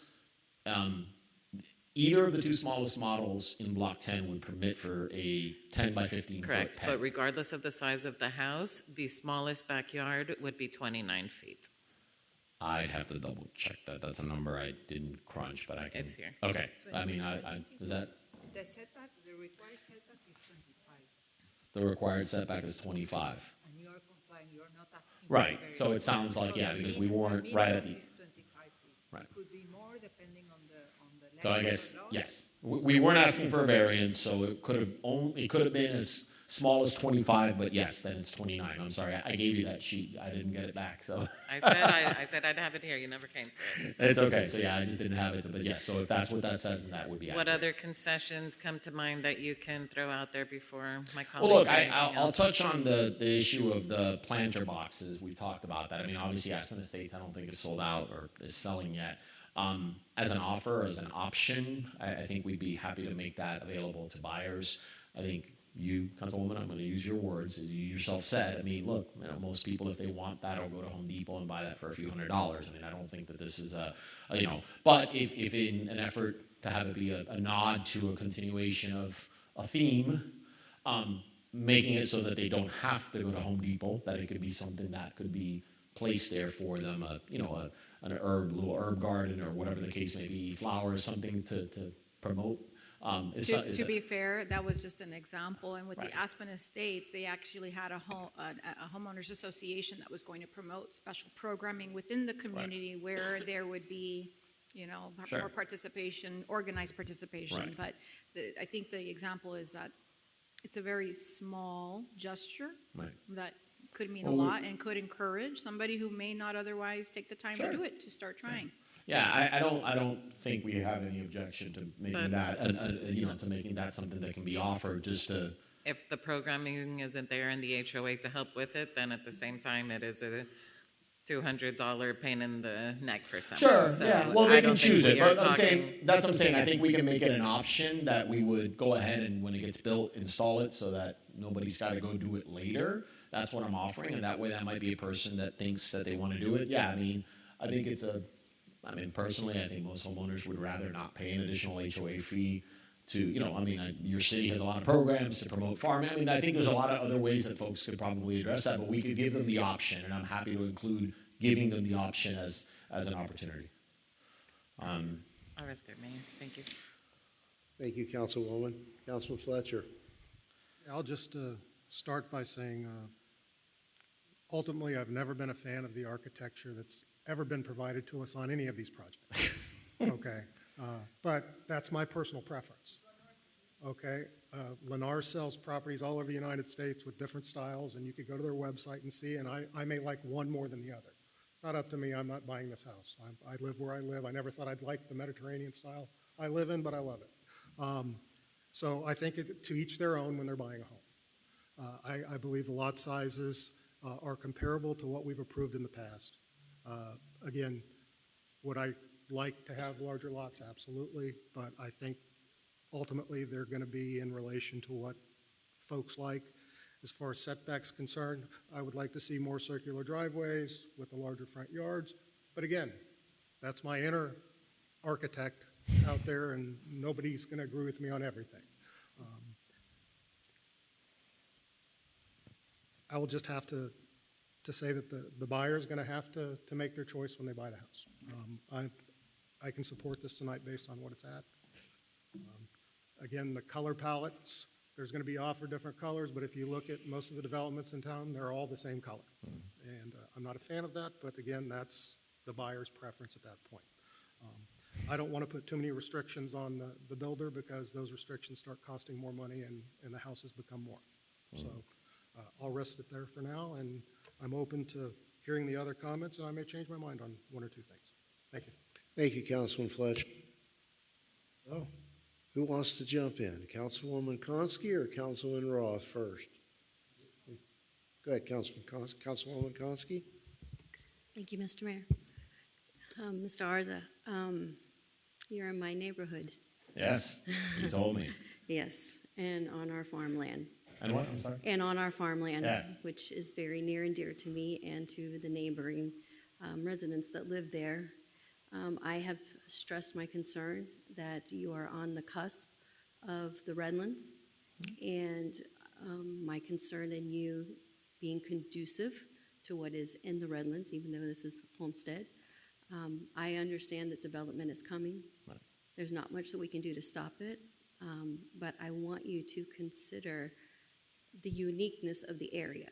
I'm very saddened to see what the county has approved to the west of you as we're making that transition into those larger lots, larger homes, a true estate house where people have custom built their home and made it exactly what they want, that uniqueness that the Redland area offers. So that has always been my concern with you, is that I hate to use the word cookie cutter, but you know, when they all look the same, as Mr. Fletcher has pointed out, I don't favor that either. We prefer the term plan development. Plan development, sorry, yes. No, but your point is taken. Yeah. I agree with Councilwoman Avila as well, that, you know, we're trying to retain what we can of our farmland. I just want to represent my district well and know that I want to offer them the best I can with what's coming down the road. I mean, whether it's today or tomorrow, I'd rather see homes of a larger scale, larger lot land. You know, if we're going to make this unique, like an estate home, let's give them room, like we discussed, for recreation vehicles, their boats, their pole barns, their workshops. You know, this is a smaller scale to what they could possibly buy in the Redlands, and instead of buying 2.5 or 5 acres to build on, you're offering something different. So let's offer them that. You know, let's make it something that it will transition well. That's always been my request. So I'll rest there. Yeah, and we talked about this, and just to point out, I mean, obviously, I think with the vast majority of the lots being 19, 18, 19, 20,000, I mean, your city regulations will govern the use that you're referring to. I mean, and there are, for the vast majority of these properties, there are 40 or 50 by 40, 50 feet wide entire areas in their backyards where they can build an accessory structure, where they could build all of that. So nothing is prescribed by what we're proposing here. Admittedly, some of the smaller lots may not be able to enjoy all of those opportunities. You know, maybe you can't have, you know, all of those. By the way, in the county, you can't have multiple accessory units unless you get special permission either. So it's you know, it's on a smaller scale, but nothing here prescribes if they meet your code otherwise. This is not a PUD or something where we're going to tell people, as long as they meet code. I mean, if somebody wants to do you know, an accessory in the backyard, such as the ones that you're talking about, they would be able to do so. And for a lot of the lots, they would have room. They could choose to do that instead of a pool, or do a smaller pool and do that. So that option will be there, as you said, on a smaller scale. The 2.5 or 5 acre parcel, and you know this because of your line of work, is considerably more expensive. And so it is a trade-off. And a family may say, well, this gives me a new home, the ability to do one of those things, and you know, get a taste of all of that. Undoubtedly, if they could, they, you know, perhaps would love to buy the 2.5 acre parcel outside. But that one comes at probably twice the cost. I mean, you would know better, but I think it's hard to find a 2.5 acre parcel in the Redlands for less than $1.5 million, or maybe more. These homes are going to be a little more than half the price. It's a trade-off. I mean, these are families that are going to come into your community. We'll still be able to do some of those things admittedly on a smaller scale. So I mean, we're trying to find that balance. So. Councilman? Okay. So I'm really torn as someone who's lived here my entire life, who had his druthers. This would remain a farm field. That's not reality. And I don't really think that that's what's trying to be saved here. I think what's trying to be saved is the atmosphere of more open spaces. And, as on one hand, as the grandson of somebody who built a lot of custom homes throughout Homestead and the Redlands, built what people wanted as they wanted it. Nothing ever looks alike, versus the reality of the cost of land, the cost of construction, and the time value of money. So, I think to both of Councilwoman Konski and Avila's point, this is a unique potential for a unique neighborhood where people have plenty of room to live outside, typically in their backyard. Yeah. We're not Mayberry. People aren't living on their front porches. Maybe someday when redevelopment comes on the west side of downtown on a larger scale in Pioneer Village, maybe so. My neighborhood, and I get you didn't want to come here with too many variances. I think most everybody knows where I live. My house is set back about 25 feet, and I've got room for 3 massive oak trees in the front yard. Thinking out loud, and it just dawned on me here tonight, that on the size lots that we're talking about, a 50-foot setback for a front yard is the waste of a lot of space. Mm-hmm. That you're killing the backyard. Thinking out loud. Even at 35 feet, you still have plenty of room for the circular driveway, the pad going into the garage that could accommodate a car without being out in the sidewalk or blocking the street. And I'm wondering if your concern, my colleagues' concerns of open space and cramped backyards could be alleviated by layering in everybody being at a front setback of 35 feet to create backyards that are 15 feet deeper. Now look, I don't know if anybody and everybody wants planting beds, but if we want to create Old South Dade and Old Homestead, we could talk about every backyard coming with some fruit trees or an avocado tree or a mango tree or what have you as part of the landscaping plan. Yeah, I hate to say it, but this is not going to be ag property. The folks who are selling it are not agriculturalists. We're way beyond that. So if it's a look and a feel and an atmosphere, and again, just thinking out loud, I'm wondering if to a certain extent that could be adjusted by moving everything up to the 35-foot setback line and layering in a couple of kinds of fruit trees in the backyard somewhere, like Old Miami, Old Pinecrest before it was Pinecrest, where the ones that are left, they got massive ancient mango trees in the backyard. So, dispensing with all that theoretical, frustrated architect and planner, when we first talked about this, we obviously made the analysis to the DR project to the south, and I'm sorry, the name of the subdivision escapes me. Aspen Estates. Aspen Estates. We were trying to kind of making a one-to-one comparison. One of the issues we had in Aspen Estates was it was all single story. Mm-hmm. And I think we talked about that when you first came to visit me.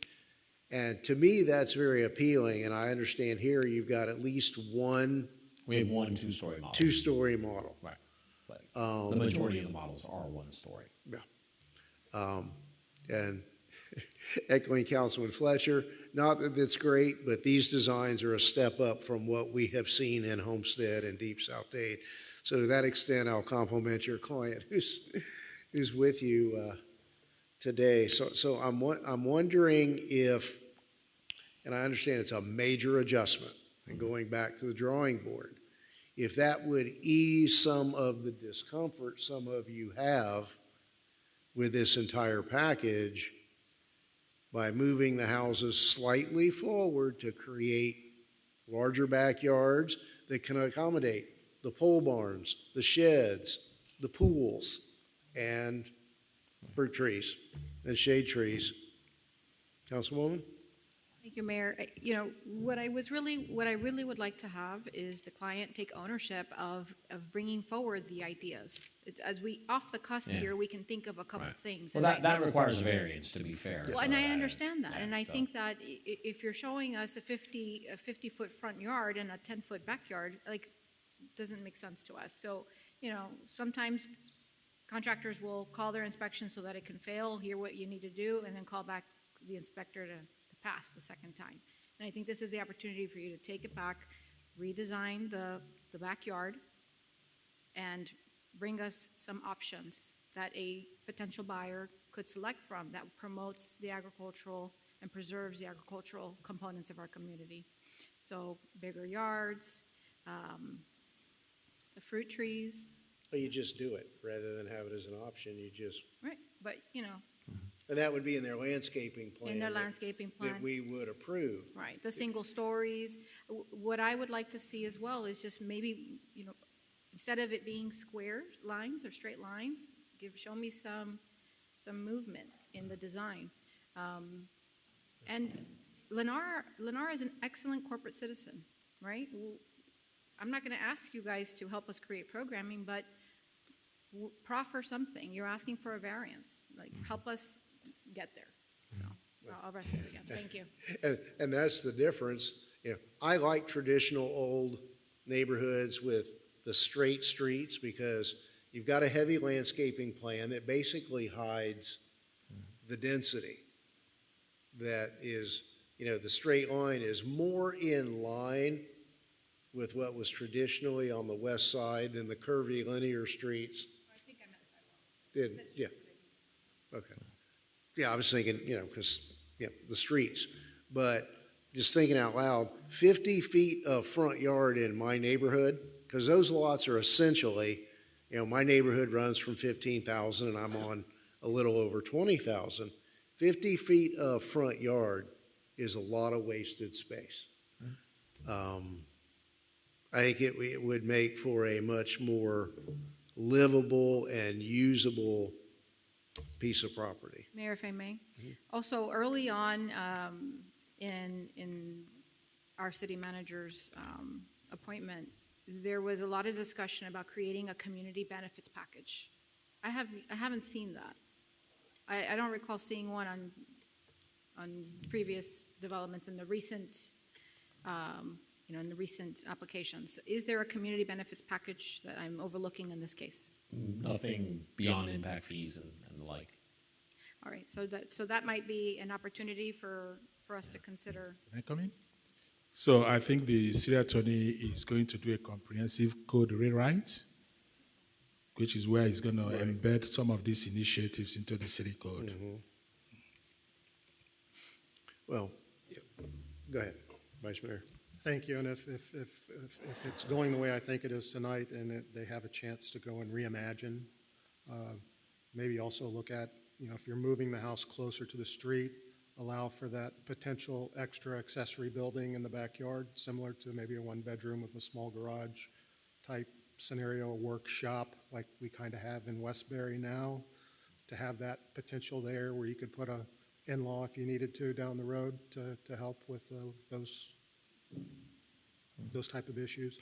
Let's don't double density. Let's find a place to put your boat and your play cars, not renters that create more solid waste. Not renters. It'd be more like, again, more family type oriented, like we would do back in the old days. Right. I think, you know, there is experience here because Lennar leads on that next gen product where you can have, there's a sandwich family where you have the parents raising their children, but the grandparents are also with them. And that's the village concept, but. And I'm open to something like that. Again, just if it were In mine, I would live in a condo without any yard, but I'd want a garage to go with it, you know, a big garage, so, yeah. Thank you. But, you know, because and look, I don't know, because we've got a rezoning, which you're entitled to because of the comp plan overlay. Just to recap, so we're all on the same page. You got the rezoning from AU to estate density. Right? A2. To A2, but you're entitled to because of our long-standing overlay. And then the next question becomes, how are you going to lay the lots out? And so the next item for vote would be the variance for the lot sizes. If the variance fails, you go no further than that. Again, you know this. I'm not preaching, Lord, just so that we all, you know, kind of take a step back and see where we are in the process. So let me ask you this. Hypothetically speaking, what would be the expense and time frame to layer in a variance for a 35 rather than a 50-foot setback? Realistically, it probably would take us 2 months to get back here. I mean, my guess is, you know, you just have to redo all the plans. Everything needs to be shown. You gotta get it to the city. The city has to review. But they've advertise. already looked at everything else. Then, I mean, I won't put them on the spot. Then, you know, I mean, Well, let's I can ask assure you, the director. Our architects would prepare that and get it to the city, and, you know, by early next week. Something like that. Obviously, that will require an additional item, and then that's, you know. Well, but that's just a text filing. You're not relocating and redrawing your lots. Well, I think we do show depictions on all of the sites of the distance. Yes, all of your development services folks are nodding. Okay. So yeah, I think those have to. Now, I mean, look, that's a CAD program that, and I'm speaking. The only people not here tonight are the architects, and I'm putting words in their mouth, but we could probably get that to you guys in short order. We would have to, of course, file an application for an additional variance request. Staff would prepare their undoubtedly recommendation of denial because there would be no hardship necessarily. You bring up great points. Trust me, that you said it. Like, we try not to ask for any other variances. It stands to reason that 50-foot front yard is a really big front yard, and 35 or 40 would you know, still look nice and would just give people that extra room. But it would be an additional item that would come with. Because basically, we're doing R1 lots under an A2 category. Homestead R1, right? No, your R1 would be 7,500. We're not doing that. Okay. Yeah, no. We're doing kind of county EUM plus, right? Like nothing is smaller than, I mean. Because let's not kid ourselves. Some kind of development is going to happen on this site at some time. Mayor, I suspect if your front setback was 40 feet in your code or 35, we would have designed it to 40 or 35, and we may not be having this discussion. So it's 50. We don't like to ask for a lot of variances. We were trying to match something that's approved. I understand. So now, if we go through and submit, revise our plans, whatever has to be depicted, file the application and show it, you will have an additional variance. But we could certainly address a number of the concerns because you'll have more. That could overcome the open space concerns. Right, you'll have more usable open space. The backyard usability. Exactly. Yeah, you'll have more usable open space to provide and a for lack of wasted space. Right, and I think as you put it, that it's not, you're not preserving farmland per se, but you can preserve the field. The field with additional, obviously, backyard with more trees, or the potential then to have that accessory size, which again, a lot of the lots do provide for that. But certainly, if you move the houses forward, right, you know, then those lots will be that much more, and even the smaller lots will all have ample backyards to do at least some of those things. So, look, you know, obviously we can appreciate some of the comments, and I can read the room. You know, certainly we would welcome an opportunity to think down those lines, but I do want to be clear on the record that would be an additional variance. Sure. Let me ask the attorney though. Yeah. And I'll put you on the spot, not practice on my own up here. If the rezoning passed tonight, our next item is the variance from the lot sizes. If that passes, we go on to the next two votes and everything moves forward. If the variance were to fail, in order for that to come back, there would have to be a motion for rehearing by someone who voted against the variance, and only at that point would you be in position to bring an application back that would include the variance for the lot size and the setback. Is that fair? I'll let James. No, the way that it works in your code is that if you denied it, you would deny it with either prejudice or not with not prejudice. And the difference is whether you can bring it back in 6 months or a year.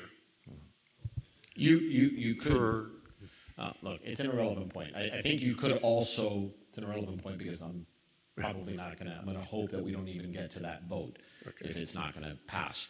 But I also think you could vote it down in theory and remove the 6-month cooling off period, correct? No, I do, but I want to, but the lawyer in me wants to answer the question. I mean, certainly, I want to get the project approved this evening.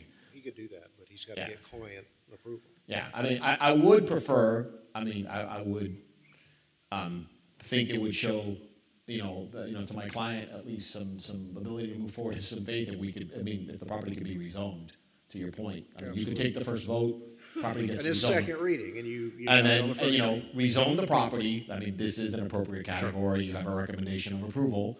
And then we would respectfully, prior to the variance item potentially failing, and I, can count to 7 or 4, not much higher than that. That's why I'm a lawyer. We would respectfully ask that you defer the remaining items, let us discuss with staff, and then we could modify the application to include potentially an additional variance and move and come back to you with something. I would rather not get into denying it and having to resubmit or reapply, because that does require you to file the application anew, which is a bunch of costs. And I don't think anybody really. It's going to go forward in some form. Right. And we don't want to put undue burden. Right. We're not giving away the farm. Pardon the pun. We're not giving away the farm here tonight.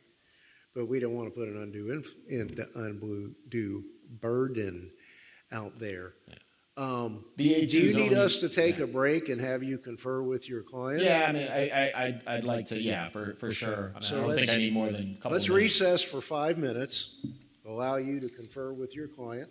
Yes, Councilman Fletcher. And I'll also make a motion to extend the meeting to 9:30. Okay, so we got that. Let's move to extend this meeting to 9:30. I'll second that. All in favor? Aye. Any opposed? All right, so my iPhone says it's 8:23, so let's just say 8:30, we will come out of recess.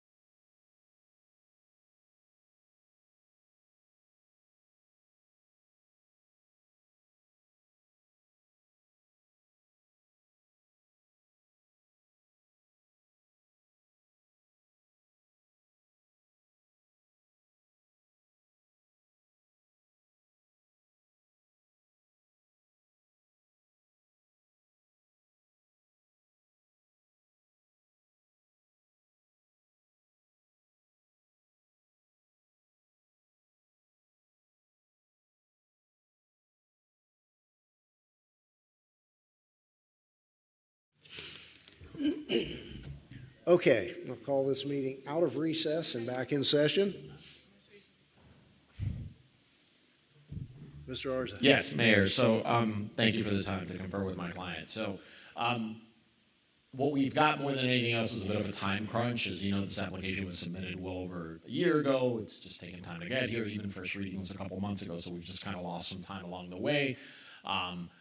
And so, we've got sellers that have expectations that, believe we'd be done this evening, and we'll have to go back to them and secure extensions. And more than half of you on this board are real estate professionals of one type or another, so you know how that process can go sometimes. So, we believe we could do so, but we'd be very hard pressed not to do it for more than to next month's meeting. So we really, we just think the sellers, might want to extract too big a pound of flesh, so to speak, if we ask for more time than that, one that would be unsaleable. So if our team could resubmit or submit the additional variance and the revised site plan, the additional variance would be a front setback variance, and the revised site plan to show then that the homes are closer to the front by close of business on Monday, which is the 27th, I believe, of April. I would love for there to be some communication today that they could, staff and the administration could start working. I mean, look, they have the recommendation of denial for the existing variance. They're going to, I know the recommendation It's will be. the same analysis It's as the same, your lot exactly. variance. So if we had, in good faith, and I've worked with Ms. Storch for 20 years, if in good faith we can all agree that we will get it in by close of business on Friday to give by Monday, excuse me. I just kind of, they're not going to look at this till tomorrow. So by Monday, close of business, for staff to receive, evaluate. There's no DRC, additional special DRC. This is part of a project that's been looked at for over a year, and that we would be back here for the May meeting with the deferred items plus the additional variance. We will go to the sellers and, hope that we can, make it work with just the additional month. I think to get into anything longer than that might imperil the ability. Let me ask the director, is that within the realm of possibility to review a variance? The important thing is that you define as soon as possible the variance that you are going to ask for, because we need to advertise for that. The rest, we are going to to defer. So if the size of the lots remain the same and that's the only thing we need to request, we need to know that as soon as possible to have time to advertise, send the notices. And I think the council expressed the desire to see a 35-foot front setback. So right? Is that what you said, Mayor? 35? What did I say, 35, yeah. 35, right. So, the request would be consistent with variance the request. From the front setback. A variance of the And front the lot setback size. where all lots require a 50-foot front setback to 35 feet. And, Period. and then obviously the pictures need to depict that, but that's for legal purposes. I don't know, James, that's pretty standard. Yeah, I'm not concerned. The legal, I can commit to having the legal description or the legal request for the variance to staff by Friday. We'll work on it tomorrow and get it done by Friday. That's the part that I can do. I'm not an architect. I don't want to put it in their mouths redoing the plan. I need to let those professionals do their job. We'll have that by Monday, but that would be there by Friday, which,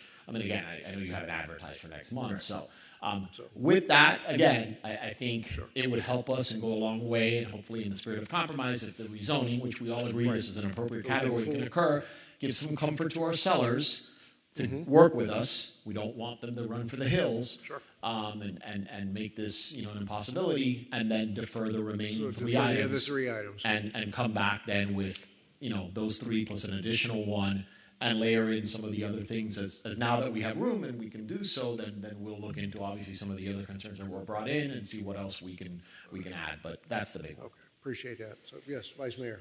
Thank you, Mayor.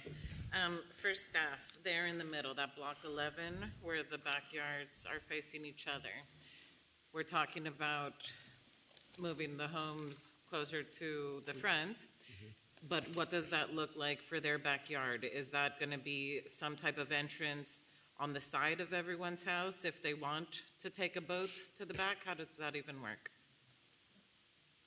Well, they still got the width that to do doesn't, that. The width, change, we're not going to touch the width. Doesn't change anything. Right, but I'm trying to picture what that looks like. If you're the house in the middle, you're gonna drive your boat between the two homes to your backyard? No, there's no house in the middle. Sorry, let me. You're talking about this? There's only two houses, so everybody comes from a street and goes to their backyard.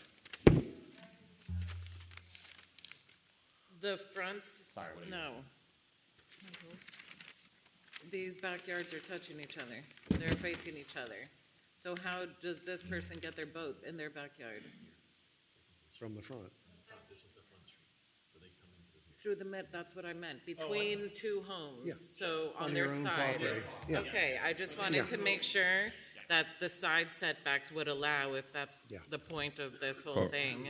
I We think still have I that. think that your architect should re-look at that and see maybe the 10 setback is the minimum setback required. Maybe you need there to leave 15 so they can drive to the backyard.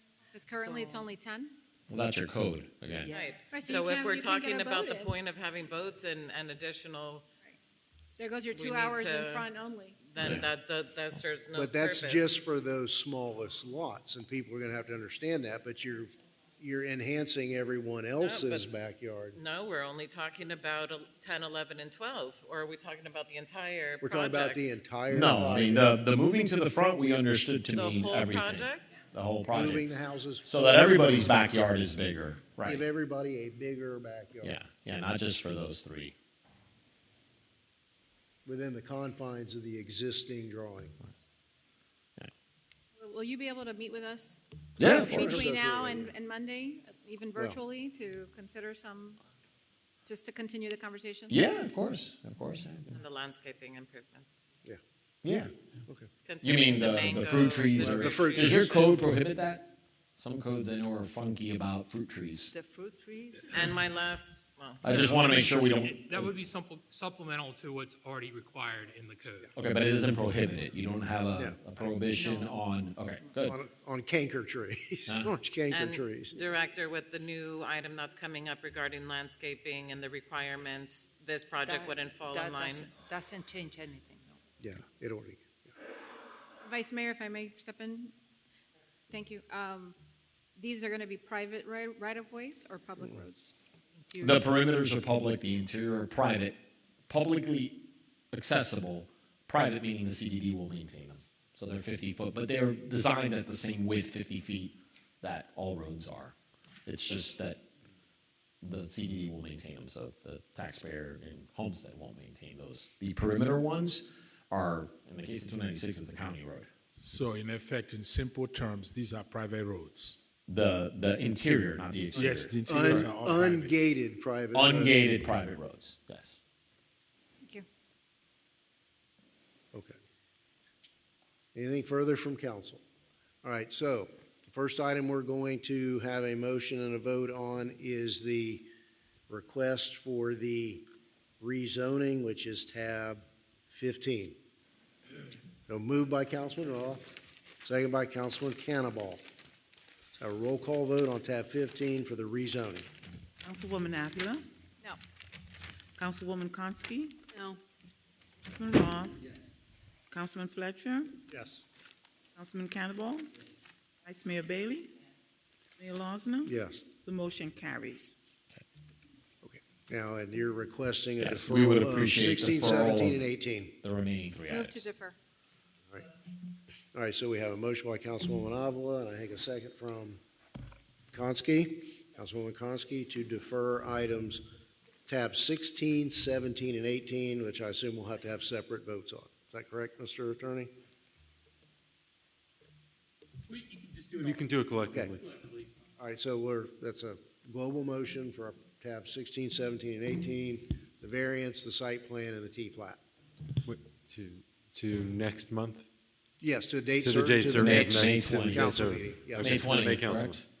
Which is May 20th. May 20th. Mr. Mayor. May 20th, okay.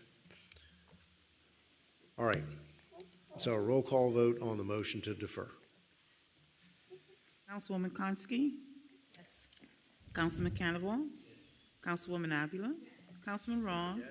Councilman Fletcher. Yes. Vice Mayor Bailey. Mayor Losner. Yes. The motion carries. All right, thank you, Hugo. We'll see you. Well, we'll speak much sooner, but we'll see you next month. Thank you. Mr. Hugo, hello? Hugo? One thing, when you come next time, just say we move the houses 15 feet and stop it there. You talk too much, man. Or I lose your vote. You guys heard it. I can't get into a back and forth. Thank you. Thank you. All right. Okay, moving on to tab 19, car number 4980. This is a resolution of the City of Homestead, Florida, granting final plat approval as requested by Castellanos at Coral Way, Inc. for the development of an approximately 20,252 square foot building. Did we do 12? We did it on the LPA, but we didn't do it here. The warehouse. The unity of title was tab 12. No, those are both legislative items that we're going to take up. Okay, we're going to finish the quasi judicial. I'm sorry. As you were saying.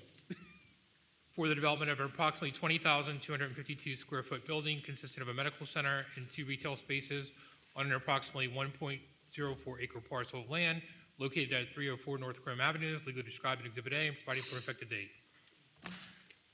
Thank you. Any questions or comments from council? This is the final plat. Did they move the palm tree in the front of the building? I can report to that. Yes. They removed that palm tree, the one that was dead, but they don't have a CO yet. They just have a TCO. So before getting the final, I put a hold on the CO, and the condition is that they should replace that tree. It's fine, thank you. Because Thank you. that palm looks horrible in there. Yes. All right, very good. All right, if there are no further questions or comments from council, do we have a motion to approve the final plat at 304 North, was it 304 North Chrome? 304 North Chrome. We have a motion to approve the final plat. Moved by Vice Mayor Bailey, second by Councilman Cannonball. A roll call, please, Madam Clerk. Councilwoman Avila? Yes. Councilwoman Konsky? Yes. Councilman Roth? Yes. Councilman Fletcher? Yes. Councilman Cannonball? Yes. Vice Mayor Bailey? Yes. Mayor Losner? Yes. The motion carries. So now back to tab 12. Yes, Mayor. So tab 12 and 13 are going to be legislative matters, so we can take those up now. So tab 12, car number 4951, it's an ordinance of the City of Homestead, Florida, amending the City Code of Ordinances by amending Chapter 25, Subdivision and Plating, Article 1 in general, Section 25-1 definitions, and further creating Article 16 under title, covenant in lieu thereof, providing for severability, inclusion in the code, conflicts, and providing for an effective dates. First reading. And we heard this at the LPA. Are there any further questions or comments? Councilman Fletcher. Move approval. Moved by Councilman Fletcher. The warehouse. Second by me. Second by Councilman Cannonball. Want to make your appearance, Maritza? Good evening, Maritza Haro, office at 200 South Biscayne Boulevard, available for any questions. There are some. There's several contracts. This is one of the cleanup items to be able to close on those. Can you share any insight as to what the community can expect in terms of businesses coming in? I don't have any of that. I will inquire as to that, and I'll be back for second reading. Perfect, thank you. All right. We have a motion and a second on tab 12. Let's have a roll call vote. Councilman Fletcher? Yes. Councilwoman Konsky? Yes. Councilwoman Avila? Yes. Councilman Cannonball? Yes. Councilman Roth? Yes. Vice Mayor Bailey? Yes. Mayor Losner? Yes. The motion carries. And moving on to tab 13. Yes, tab 13, car number 4949 is an ordinance of the City of Homestead, Florida, amending the City Code of Ordinances by amending Chapter 29, Vegetation, Article 1, Landscaping, by establishing the minimum standards and landscaping regulations pursuant to the City of Homestead Landscape Manual to supplement the Miami-Dade County landscaping standards and requirements, establishing regulations related to landscaping and irrigation certification and recertification for properties developed as multifamily residential, commercial, and/or industrial, and providing for the enforcement of such certification and recertification, and further amending Article 2, Tree Preservation and Protection, by modifying regulations to clarify applicable permit fees and tree preservation trust fund contribution rates, providing for severability, inclusion in the code, conflicts, and providing for an effective date. This is first reading. Hey, thank you. Question, Councilwoman Avila. Thank you. I appreciate this initiative to create a comprehensive plan for maintaining and encouraging for our developments and business community to keep up their landscaping minimum standards.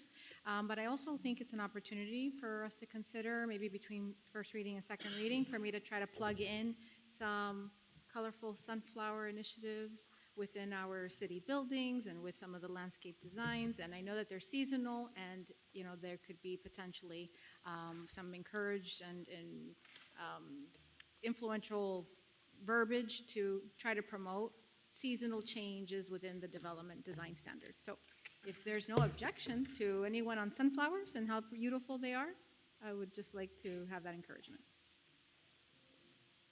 Mr. Mayor, if I may. Well, Go ahead, Councilman Fletcher. So again, they are a good-looking flower, but the problem with sunflowers is once you plant one, they continue to blow throughout and they spread everywhere. That's the only issue I have with them, because once you plant them, they spread everywhere. But other than that, they're nice-looking flowers, and I like the idea. Well, my concern would be is this booklet, enacting this, is with respect to, and correct me if I'm wrong, respect to the installation of permanent landscaping. We could encourage that as we plant downtown when that's rebuilt and in other places, but sunflowers are seasonal. That's correct. And you might be very right, and I might bring it back in a different way, but I'll just look into some options. Yeah, I mean, and I think there's an opportunity to do that, but not in this guidebook. Maybe not. Yeah. Maybe it's not here. There's some proposals to create new districts, so maybe we can incorporate that when we incorporate the new districts and things that they're going to put there for public benefit and for use of the public. Maybe we can incorporate that as a seasonal program. Thank you. I'll explore options. Thank you. It's not a bad idea. I just don't know if it's properly included here in the permanent landscaping guide. Okay. So, Councilman Fletcher, you've lived here a long time. Do you remember commercially grown sunflowers, or were they just pretty much cover crops? Isolated cover crops for the most part, other than Robert is here. Yeah, it's just not as a commercial crop, but a cover crop. Ms. Konski may have more information. Dr. Fishman used to grow them, 10, 20, 30 acres. I used to insure them. Where's that? Dr. Fishman, he was a local farmer. It was a hobby, but it was his son grew sunflowers for commercial cut flowers. And I'm aware of existing farmers, not in the city of Homestead, but local, nearby, that still grow sunflowers. Thank you. I'm just always concerned that we're going to perpetuate a fiction. Tomatoes were not a fiction. Mangoes were not a fiction. Avocados are not a fiction. Vice Mayor Bailey. I just wanted to ask real quick, this is the item that I was asking, doesn't apply to the last discussion item we had, the Lennar project? It establishes standards. Right, so that's what I meant, is they would fall in line with this, where the inspection would happen 12 months after. Okay, that's what I wanted clarity on. Okay, and I'm growing sunflowers in my kitchen. I'll send you pictures when they start blooming. You have to put them on the floor, they're going to get so tall. I have a hydroponic tower thing, yes. Okay, neat. All right. Did we vote on the landscape guide? No, okay. Do we have a motion and a second on the landscape guide? Moved by Councilwoman Avila, seconded by Councilman Cannibal. Let's have a roll call on the landscape guide. Councilman Roth? Yes. Councilwoman Konski? Yes. Councilman Cannibal? Yes. Councilwoman Avila? Yes. Councilman Fletcher? Yes. Vice Mayor Bailey? Yes. Mayor Losner? Yes. Motion carries. And that takes us to tab 14.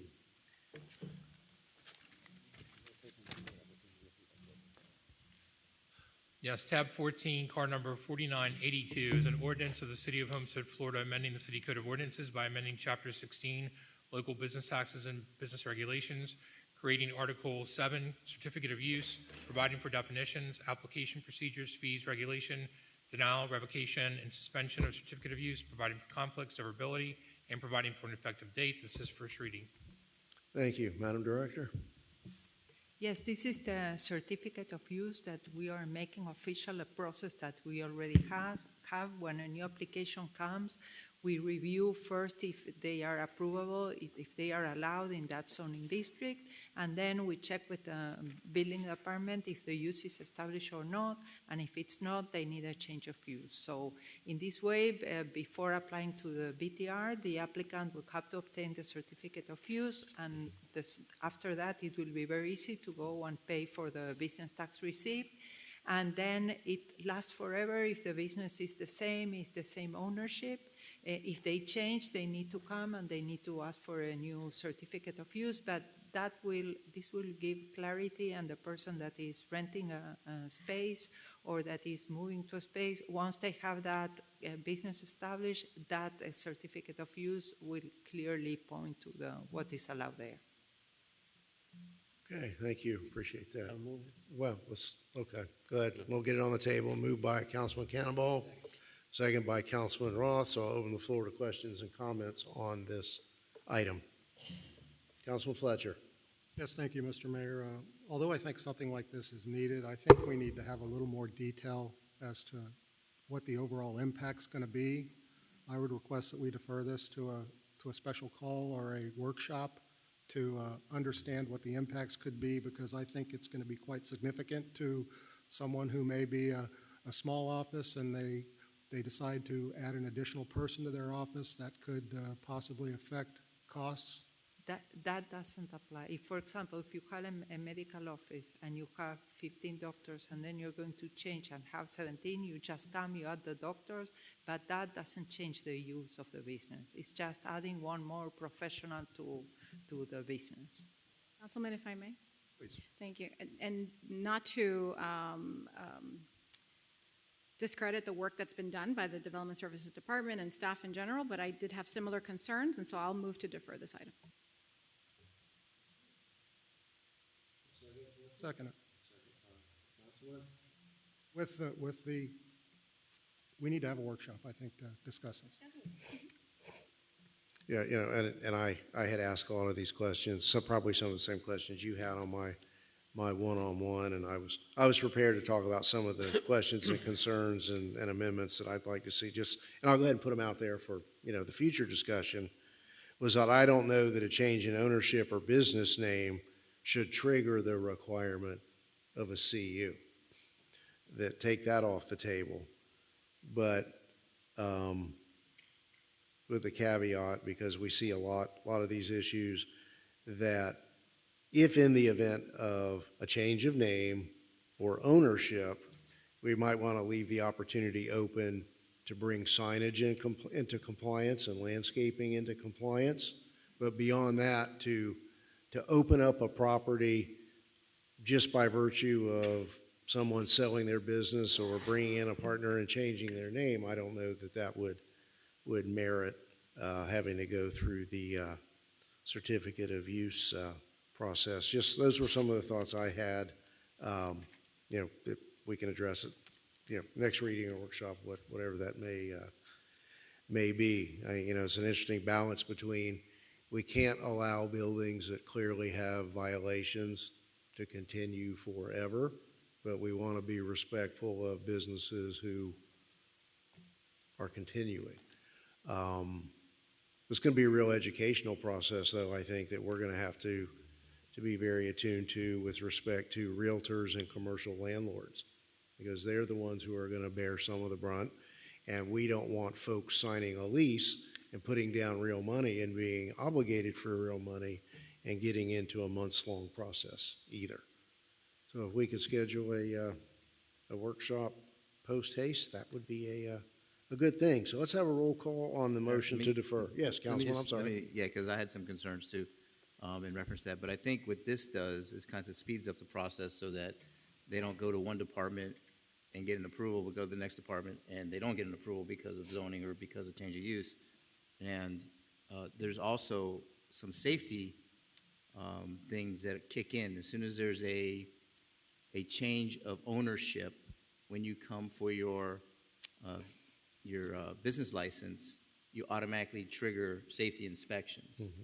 So they have to come and they have to look at the electrical and the HVAC, all the systems in the building, which Could open then a trigger other bottomless- things. yeah. They will trigger other things because, as you said, some of these buildings that are dilapidated or that haven't been maintained over, 20, 40, 50 years, whatever, they get caught up in all that stuff. So, and my other thing was, and you mentioned real estate agents and commercial property owners, when I had my one-on-ones, the biggest problem is the unsuspecting potential tenant signs a lease and then goes through the process. And I couldn't figure out, and we talked about it a little bit in the one-on-one, is how do we change that where it becomes the responsibility of a property owner or a professional real estate agent that needs to disclose that there may be these challenges in the future where a change of use may be needed, and that's not a 1 month process. That's No. a 6 month process at that. So there are a lot of things that we can speed up, but I think there's also things we can't change, and I think the workshop will be very enlightening to a lot of us that most of us that are familiar with it know it, but those that aren't will learn a great deal about this whole process. So I just want to put that on there so we can talk about those things in whatever we do next, workshop or special call, whatever it is. All right. Yes, Councilwoman Alvarado. And to Councilman Roth's point, I mean, I have advocated for a long time for relationship building between the City of Homestead and our partners in the community, which include real estate professionals. And perhaps we should be hosting workshops, educational sessions in their arena, or renting out the Seminole Theater and inviting, realtors to come and listen. What is it like to go through the CU process? I mean, the South Dade Chamber of Commerce does this on a regular basis, and we're not utilizing these tools to educate the public to make our lives easier. And that's much simpler in my mind and will be received much better than a violation, an upset client, a lease gone wrong. And that just perpetuates more and more frustration and aggravation. And these are not new ideas that we've talked about. It just needs action and it needs to be rolled out. Thank you. All right, thank you. Same thing goes for transferring utilities and that process and the time it takes to close an account, open a new account, then you have a closing, happy closing date, and they're all moving in and there's no utilities and they got to wait 3 days and then, the deposit, there was an outstanding bill till the seller gets that paid. I mean, this is the chaos that happens frequently. And everyone blames the City of Homestead. This never happens with Right or FPL. wrong. This never happens with Miami-Dade County. But, what are we doing about it? So, sorry, broken record. Turning it off. So let's vote on the motion to defer. Councilwoman Avila? Yes. Councilman Ross? Councilwoman Konsky? Yes. Councilman Cannibal? Yes. Councilman Fletcher? Yes. Vice Mayor Bailey? Yes. Mayor Losner? Yes. The motion carries. So that should take us to 20. 20. Tab 20 is the first reading of an ordinance of the City of Homestead, Florida, amending the budget for the general fund for the fiscal year beginning October 1, 2025, and ending September 30th, 2026, by increasing the total budgeted revenues and expenditures by $50,000, providing for severability and an effective date. All right, this is just to move the match for a grant we approved months ago. So, he moved it. I'm seconding it. All right, I would like more apple blossoms in District 5. they'll die. Apple blossom trees will die? They're all over the Wait, Northwest. They're wait, beautiful. wait. Am I talking about the right tree? So, We might know it by a different name. Oh, May I? maybe. May I? The orchid trees, those are beautiful. Some people call them apple blossoms. Councilwoman, give us the opportunity to check the application for the grants. Usually, they will ask you to specify the tree species before they give you money. I'm just putting it on the record that You- if there's well an taken. opportunity, please, more taken. flower-bearing trees. Thank you. Your district's too affluent. Remember, those grant applications we approved pretty much wipe you out because you're not as poor as the rest of the city. No. District Yeah. 5 in its entirety is within the CDBG block. Let's Let put- me remind you, That's- please. Mayor and Council, let's put some context to this. This item is for a tree census. Tree census. I The understand. other, for Okay. the grants for trees, we'll consider your recommendation. Right. Yes, Okay. thank you. I am taking the opportunity We to had just some others. vocalize. Yeah. Thank you. Not until I get my Royal Palms back on Chrome Avenue that I've been bitching about for 4 years. That the DOT killed when they widened Chrome Avenue. Yes, I said it. That was a Rotary project. Yes, roll call on the tree census grant. Councilman Fletcher? Councilwoman Avila? Councilman Cannibal? Yes. Councilman Roth? Councilwoman Konsky? Yes. Vice Mayor Bailey? Mayor Losner? Yes. I'm telling the vice mayor is trying to vote for Konski. Okay. 21. Tab 21 is the first reading of an ordinance of the City of Homestead, Florida, amending the City Code of Ordinances by amending Chapter 20, Parks and Recreation, to repeal and replace existing regulations related to fees levied for the use of park facilities, establishing a new schedule of fees for the use of city facilities, providing for conflicts, providing for severability, and providing for an effective date. I move to reject. Sorry? Just for the sake of time, I don't agree in codifying the park fees, and I think that this is something best kept in the department purview, and I don't see a reason why we should remove the ability for the park director to bring to us for council consideration any changes throughout the year as needed. I'm not sure why we have to codify the park fees. Okay. Anyone else? All right, so my thought on that would be is we need to have consistency. Everyone needs to understand what their fee is, and there can be no claims of favoritism or corruption or whatever you want to call it, that no matter who you are, who you know, you walk in the door and you pay the fee, and they can be amended by council from time to time. We've been finding for years that we do not have enough policy and procedure in place. Yes, Councilwoman Bailey. Thank you, Vice Mayor. Mayor Bailey, I'm sorry. I think the main reason that this is needed now more than ever is the amount of times that fees were waived in the past. I know that I was a big part of that. But to be able to advertise for nonprofits and just the different parks and the differences. Some are higher, some are in higher, they're requested more. FICO Williams is also just booked all the time now. So just to be able to have that a little clearer out there for the public, for them to be able to make their plans. We're booking things months and months and months in advance. So just for that sake, I think that it is needed. Thank you, Vice Mayor. Anyone Mayor, else? Is there any changes to the briefing that I received, because there was no section for the waive, considering the nonprofits?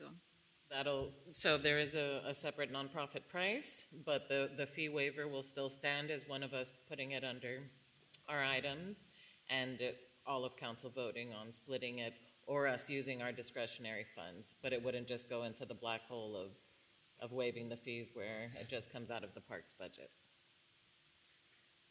Is that correct? Correct. Would you like to move this item? Oh, okay. You didn't have a second anyway, I don't think. Okay. So do we have a motion to adopt this item? Moved by Councilman Roth. Seconded by Vice Mayor Bailey. Roll call, please, Madam Clerk. Councilwoman Avila? Yes. Councilman Fletcher? Yes. Councilman Roth? Yes. Councilwoman Konsky? Councilman Cannibal? Yes. Vice Mayor Bailey? Mayor Losner? Yes. The motion carries. Thank you. So that would take us to tab 22. Tab 22 is the first reading of an ordinance of the City of Homestead, Florida, amending Chapter 7, Article 1, Section 7.5 of the City Code, entitled Special Master System Created Qualifications Terms Removal, to revise the qualifications and compensation structure for special masters, providing for inclusion in the code, providing for severability, providing for conflicts, and providing for an effective date. Thank you, sir. Yes, Vice Mayor. I'll move it with a quick comment. If any of you have never been to one of the special masters meetings involving code, okay. So these volunteers work very hard, and I know it's tough for the city, so I think this is a good move in the right direction. So. And these fees haven't been adjusted for years. And I will And a second, okay. It's been moved by Vice Mayor, seconded by Cannonball. I do have Comment? yes, thank you. I agree, we need to have the extra resource. Is there a way to, or maybe I can get clarification, is there still an opportunity to leave is there still a way to leave the opportunity for a Homestead resident to serve who wants to serve? So that the position still is available?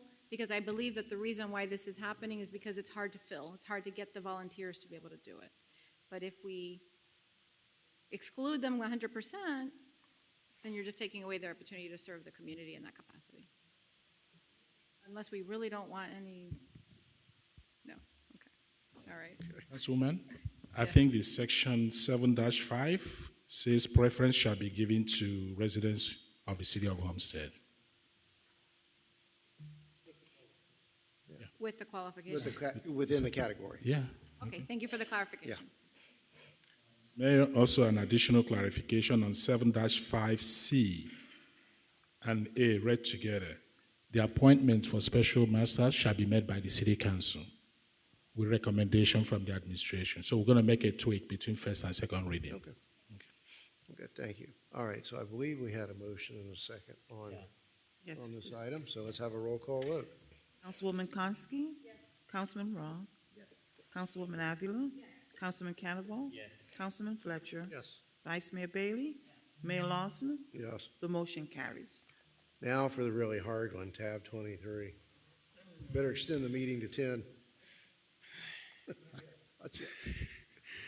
Tab 23 is a resolution of the City Council of the City of Homestead, Florida, approving First Amendment to the addendum increasing the scope of work for the procurement and installation of epoxy flooring at Harris Field Park by Gel Unlimited DBA Miracle Method of Miami North in the amount not to exceed $177,910 plus a city manager contingency allowance of up to 10% of the total project cost, utilizing the interlocal purchasing system, hereinafter referred to as TIPS, RCSP 2401040. Agreement exempting the purchase from competitive bidding pursuant to Section 2-411.1A5 of the City Code, authorizing the city manager to execute all necessary documents, providing for implementation, providing for an effective date. Thank you. If you could bring the samples back up, I think Councilwoman Avila needs to take another peek at them.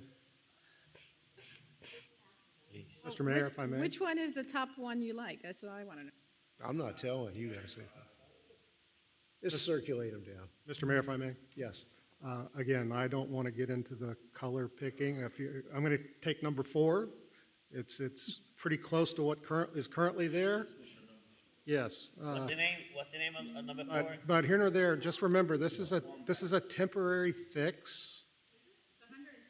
I know, but it's still temporary for if we reimagine Harris Field in the next few years, the pavilion could be relocated possibly. So this could be temporary in nature. I'm good.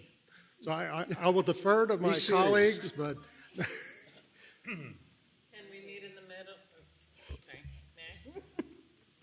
Can we meet in the middle and add a little brown so it ties into all the wood? That is what I was bringing up last time. There were no brown options. Those have been added. Just a little brown will tie in with the wood. People try and walk up the walls.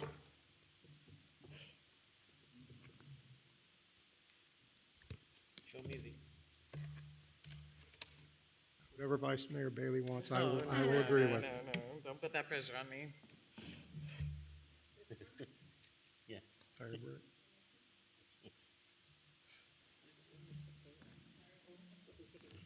This one. This isn't. Firebrick? Is that what that one is? You like this one? I think it meets in the middle. It goes with the wood. And gray is too trendy and doesn't go with the wood. Have a public comment. Yes. You're right. Comment from the Vice Mayor? No, I'm good with that one. Oh. There's public Hold comment? it up for the photographer, right? Okay. We may have is Brickyard? That's fine. But I have a question, though. Not about the color. Be it noted that Councilman Fletcher could care less.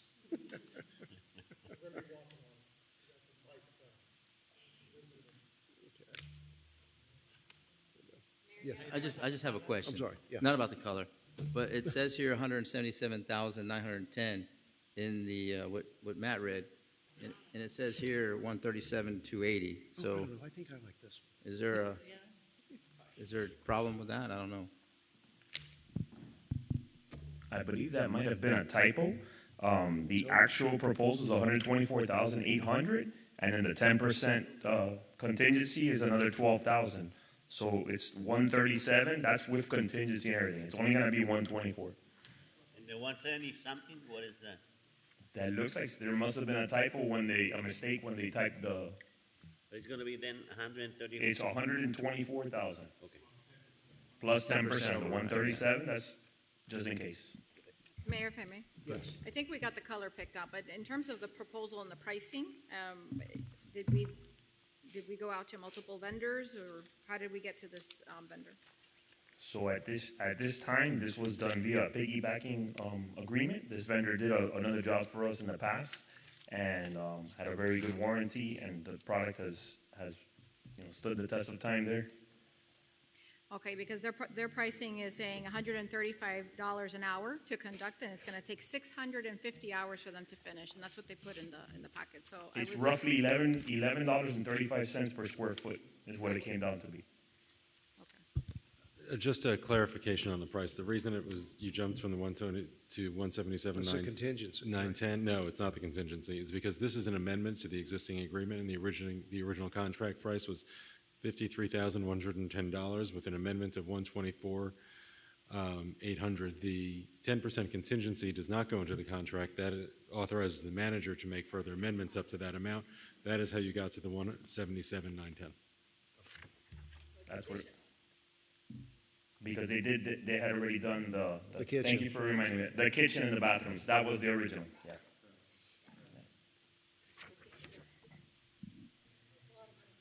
But Pedro, are you comfortable with that price? And I don't think, I know you said they have a good warranty and they've done other work for us, but did we get any other proposals?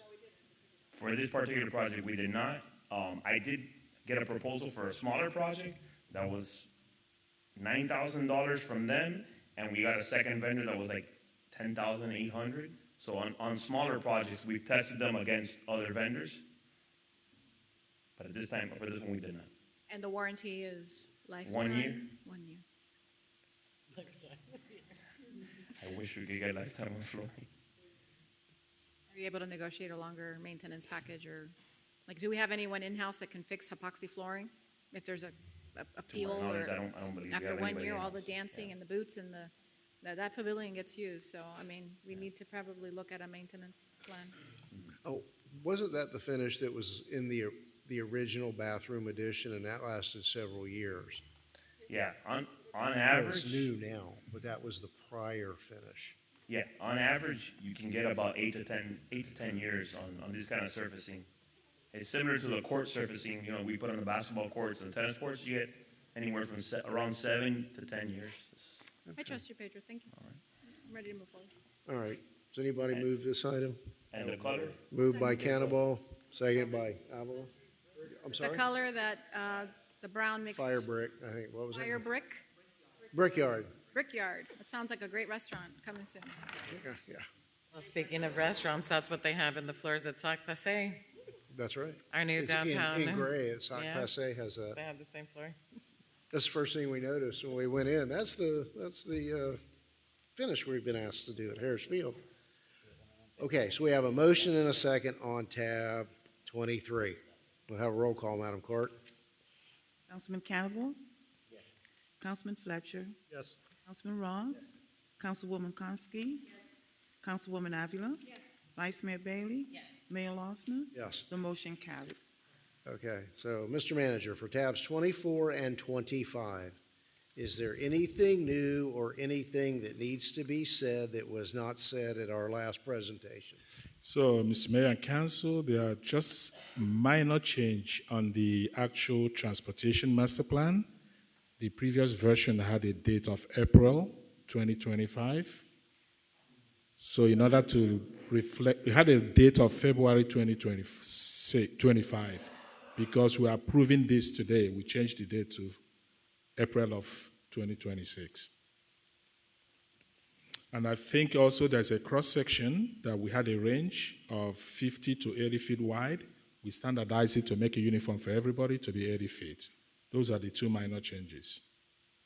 Mayor, if I may? Yes. Sorry. Thank you. Are the two intersections in the Keysgate district, the one off of Kingman and North Gate Road and Kingman and I think it's Palm?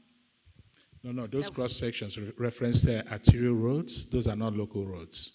Those ones we are trying to widen to 4 lanes. I'm referring to the traffic light signal improvements, so adding of the left turn signals and the traffic reduction or speed reduction improvements. Is that your recent ask? Yes. I provided you with a response. I didn't see the response yet, but is it in the plan? In our It's transportation in the master plan? transportation Is that master in here? plan, yeah. Okay, thank you. And a couple of those locations are in construction already. Thank you. And for District 5, my district, the traffic light at Waterstone Boulevard and 137th Avenue, can you speak to that and the efforts, please? I need to It's check. in the master plan. It's There's been some recent. Everything that we're doing now that we've submitted to the county are all extracted from the transportation master plan. Okay. My recollection, it was in there, the Waterstone Way. Yeah. Okay. So do we have a motion on, do we have a motion and a second on tab 24? Moved by Avila. Second by Cannonball for adoption of the transportation master plan. Any further? Nope. Roll call.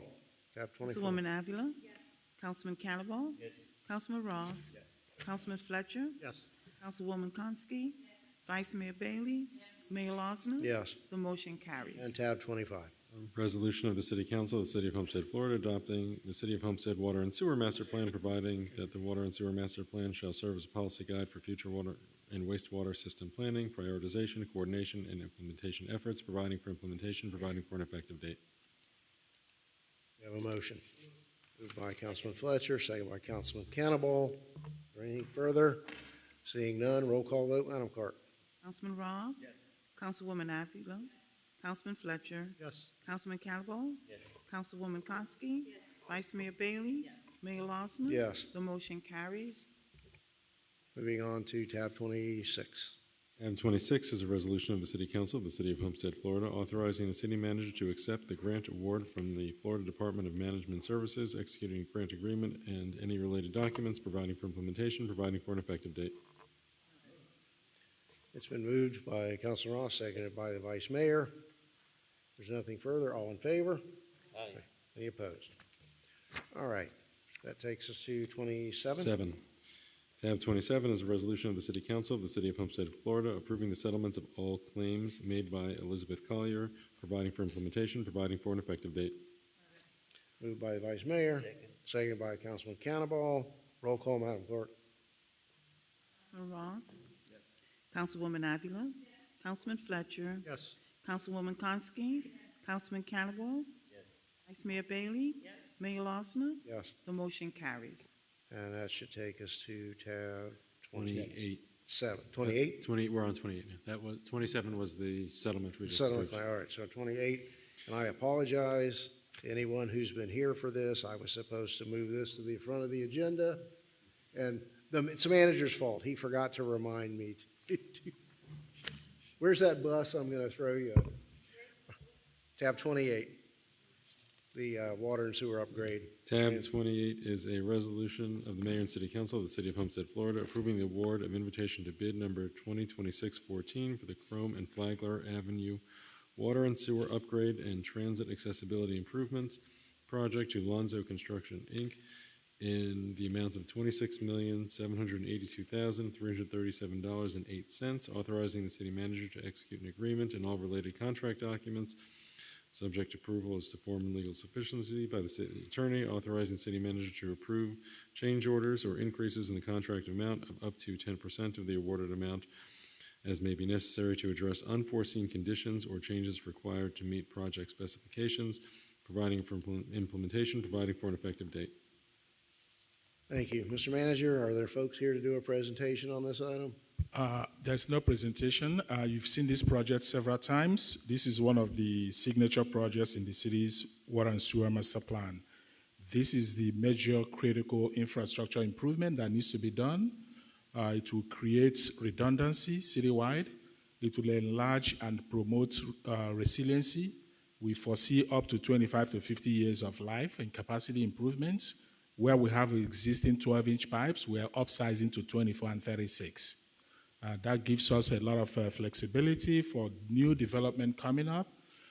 Subsequent to this, we are coming back with Pump Station 11, the pipeline, which is the first main that is going to be put out for bid, I believe in the middle of next month for Pump Station 11, for the pipe, the first main. Specific to this, we received 5 bids, which is something that is very unusual. And the prices range from $26 million to about $38 million. And the lowest responsive and responsible bidder was Lanzo Construction.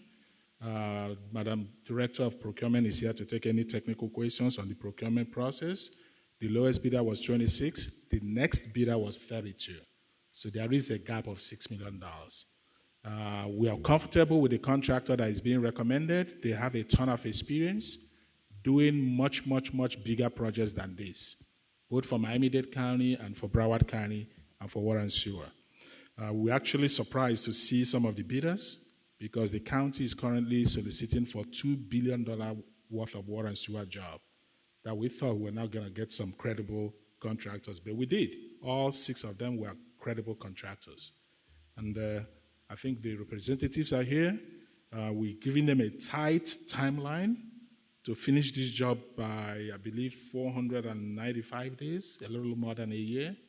We're going to hold their feet to fire. I've told a couple of them that came to see me earlier that, listen, the city expects nothing other than quality work. One of the initial promises is that they're going to establish a local office, and they hope to hire local residents as part of the construction team. Very good. Okay. Thank you, Mr. Manager. All right, do we have a motion to approve tab 28? Yes, Councilman Roth. Just real quick, this is one of the biggest contracts that I think I've ever had to approve. Can you remind us how we're paying for it? So I have the finance director here. I think there are about 5 funding sources for this project. It's not just one funding source. The CRA is funding a portion of the cost in the CRA area. You have the stormwater utility fee for those that are drainage. You have the public works impact fees. If the water and sewer utility system revenue notes, which was the money that we borrowed, and I believe there was a contribution from the state. Last time, the governor gave us $4 million, last December. So, I think Mr. Finance Director, give us the numbers. There are several funding sources, and one of the things that's going to be the most complex is the schedule value when they invoice us is making sure that each section is tied to each funding, because some of these funding are specific to certain things in the project, like one of the grants is for sewer only. So that means that that money can only pay for that portion. The roadway grants can only pay for the roadway elements of it. So it's very tangly, but it's exciting. Like you said, it's probably one of the biggest projects contracts that we've approved. Got it. So are we borrowing any money? Yes, we are. If you recall, in December, you approved a $12 million loan. Part of the funding was for the water and sewer improvements on Chrome and Flagler, and also, like the manager mentioned, for Pump Station 11 as well. And so the loan was collateralized based on future revenue. Is that right? That's correct. All right, The so- debt service was already built into the budget. When you approved the loan, we had already accounted for what the debt service was going to be. So in reality, it's not, taxpayers aren't paying for this. This is grants. It's and user fees. User fees and grants, correct. Right, great. Okay, that's all. Thank you. So I think I neglected to mention the FTA component. Yes, We have some FTA funds for the transit-related improvements. Councilwoman. And is this from breaking ground to potted plant, beginning to end? This price encompasses everything. The timeline is what was bidded on. Again, like everything construction, there might be unforeseen conditions. Right, but my question is this pricing, this award is for final product? Oh, yes, that's what it is. Again, subject to unforeseen conditions. From sewer to sunflowers. I was just going to say. From sewer to sunflowers. We know Okay, what they're thank going to you. get fed I with. love it. I am not going to miss the opportunity to move this project. Okay, So I'm gonna move move it. it. Okay. All right, And it's I'll, been- sorry, yes. I'll second with a quick comment. We have a big job fair tomorrow in an effort to make sure that we get enough, or we get as many of our residents to be able to apply. Can we help coordinate something similar for them when they're ready? So tomorrow, we intend to start off with. So we start off tomorrow with public outreach meetings with Pioneer Village and some businesses in downtown. So once the notice to proceed kicks off, the contractor will tell us what the schedule of values, the construction timeline, and what their needs are. Then that's the moment that we ask them, what are your job needs for our local residents? Can we make sure that that's one of the items of discussion during these first community conversations for people who are interested to be able to We'll do keep that. track? We'll do that. Thank you. Okay. And by the way, the contractor wants to get an office in your area, in your district. You can have my office. I'll split it with him. Councilman Fletcher. Yes, thank you, and I want to thank Councilman Roth for bringing that up. This is the largest contract that I've approved since I've been on this council, and it's important to note that the taxpayers aren't funding this in the long run. For the contractor, I just want you to be prepared that we are going to be standard bearers for excellent work and timely work. So it's very important to finish this efficiently and with minimal impacts. I know we're going to have a lot of community impacts, and we just make sure we've got to educate everybody in time. That's all. Thank you. Yes, time frame is very important to some of us. All right, so we have a motion and a second. So let's have a roll call vote. Councilwoman Avila? Yes. Councilman Roth? Yes. Councilman Cannibal? Yes. Councilman Fletcher? Yes. Councilwoman Konski? Yes. Vice Mayor Bailey? Yes. Mayor Lawson? Yes. The motion carried. All right. Before we go to tab 30, Councilman Fletcher, would you like Can I to say extend? something? We're motion to move the meeting to 10 o'clock? Yeah. Yeah. Yeah. Yeah. All right, all in favor? Aye. All right. Any opposed? All right, go ahead. Yeah, I just want to take the procurement department on this item also. This is a very complicated item to approve. So Malia, thank you very much. All right, that takes us And also Public Works Director Cairo Kangas. He did a pretty good job on this. Okay, yes. All right, so that takes us to tab 30. Tab 30 is the first reading of an ordinance of the City of Homestead, Florida, amending Chapter 2 Administration, Article 8 Contracts and Purchasing of the Code of Ordinances of the City of Homestead to create Division 3 Processing of Proposals, creating Section 2-293 General Provisions, creating Section 2-294 Qualifying Public-Private Partnership Proposals, creating Section 2-295 Unsolicited Land Proposals for City-Owned Real Property, establishing a procedure for the receipt, screening, evaluation, and negotiation of qualified public-private partnership proposals consistent with Section 255065 Florida statutes, establishing a separate procedure for the receipt, screening, evaluation, negotiation of unsolicited proposals for the sale, lease, ground lease, redevelopment, or other disposition of city-owned real property interest therein, codifying application fees for each category of proposal, subject to other applicable governing laws and other applicable law governing the disposition of property, providing for codification, severability, conflicts, and an effective date. Thank you. All right, so I would imagine there are quite a few questions or comments on this, so I'll open up the floor to council on this item. I worked with our attorneys and management to bring this forward as a reflection of, we have nothing in place, no guidelines whatsoever really for dealing with, analyzing, processing either unsolicited proposals or what's generally called a P3 proposal. So this kind of builds in some guardrails. Everybody's, again, going back to that policy and procedure so that everyone is very clear as to what the burdens and and benefits are of both the city and a proposer for bringing something forward. With that, I would be happy to hear any comments or concerns on first reading, and there will be opportunity to make changes between now and second reading. Councilman Fletcher? Yes, thank you, and I think this is the right time and place to move this forward. I'm not really sure if the fees are quite enough, based on previous. If you go back to the offer on the old City Hall site. I know at one time we spent $110,000 for a consultant, over a couple of projects, but basically that's where it started, plus staff time. So again, I don't know if these fees are actually realistic in ensuring we're covering those costs. I'm open to my colleagues' information, but it's just it's something that needs to be done, and I just think the fee structure should be a little higher.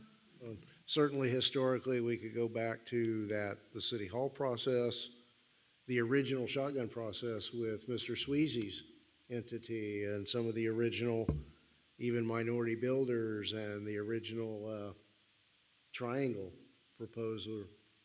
If we could get those, it could tell us whether we're in the ballpark of reasonable fees. So if we could receive those between now and second reading, and any others you could think of. Yeah, and have we looked at other municipalities to ensure that maybe this is in line with what they do? We did. And there, $25,000 as a flat fee just for the application. There's a process built in where if you find your actual costs are exceeding, that you can go back and seek additional funds. And in a P3 context, they have to submit within 30 days, and you don't have to do any work if they don't submit the additional funds. You can drop it and not take on your dollars. If you'd like to look at additional things, you can have an application fee plus, an additional escrow if that's something you're interested in seeing, which would be drawn down on, and maybe akin to a cost recovery account to account for the actual costs. The fee is your money. In a P3 context, if you proceed, it's a fee, it's yours. Unless you choose not to pursue it at all, in which case, by statute, it goes back to them. Whereas an escrow amount would just be drawn down on actual costs, and you could determine that. So I'm open. There's an array of options. This is the simplest. And if there's two separate fee structures that are broken out. One is for the P3, which is not what you have traditionally seen, which deals with a qualifying public project. What we have traditionally seen here is land proposals for either long-term leases or acquisitions, and that's where the city has incurred its costs over the years in those types of deals. And trying to contemplate what that looks like, we have again, there's a spectrum. You can have somebody who wants a single-family lot, or we may want to do an appraisal before we sell it, but that's not going to be an exorbitant amount of money versus somebody who wants the old City Hall site or mitigation property, whatever that may be. And so we did, for the land acquisition, a graduated scale to account for the anticipated costs.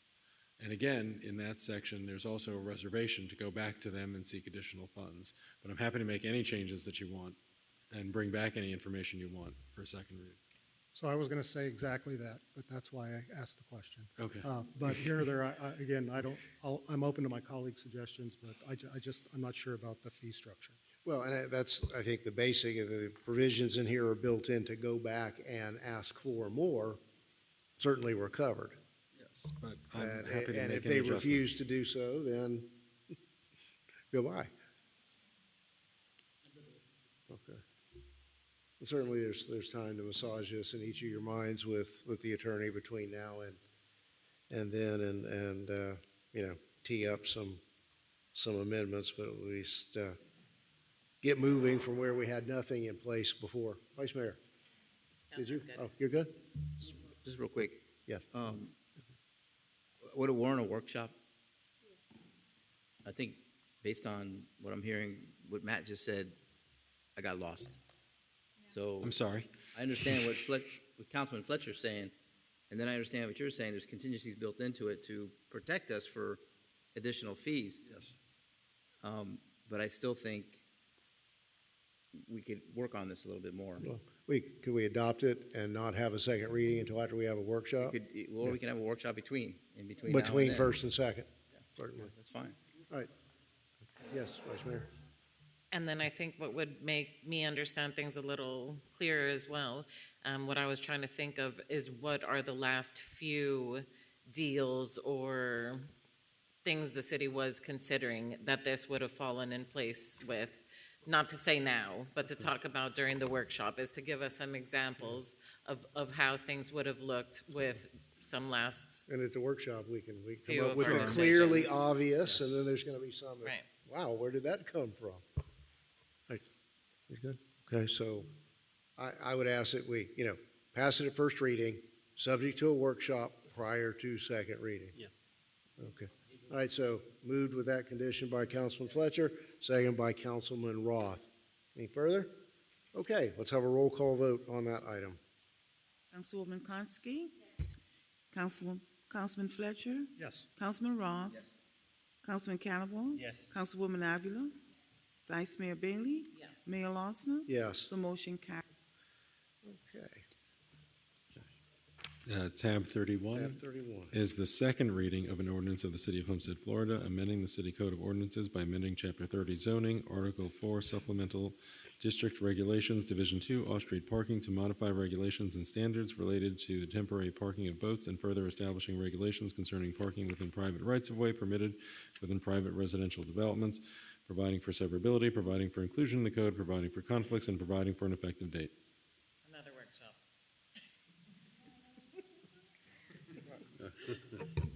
Thank you.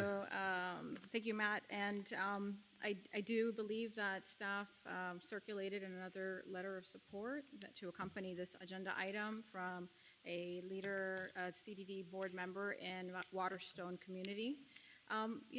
This ordinance does not expand parking or boat storage. It just clarifies who governs it.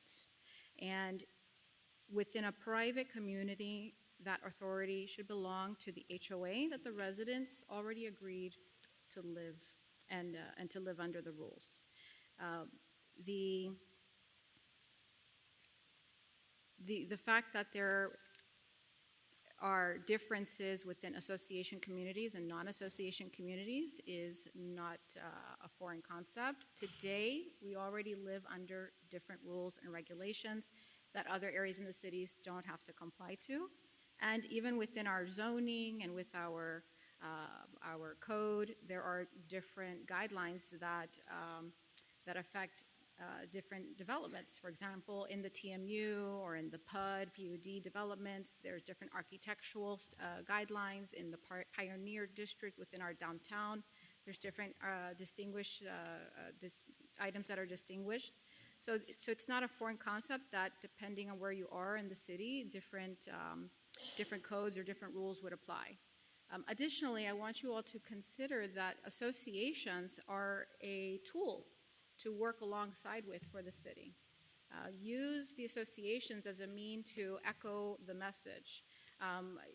Recently I started getting a lot of phone calls about, oh my gosh, code enforcement's going door to door, knocking on doors to promote the messaging about recycling. We need to promote better recycling efforts, but there's like a really strong boundary about soliciting inside gated communities. It's not received well.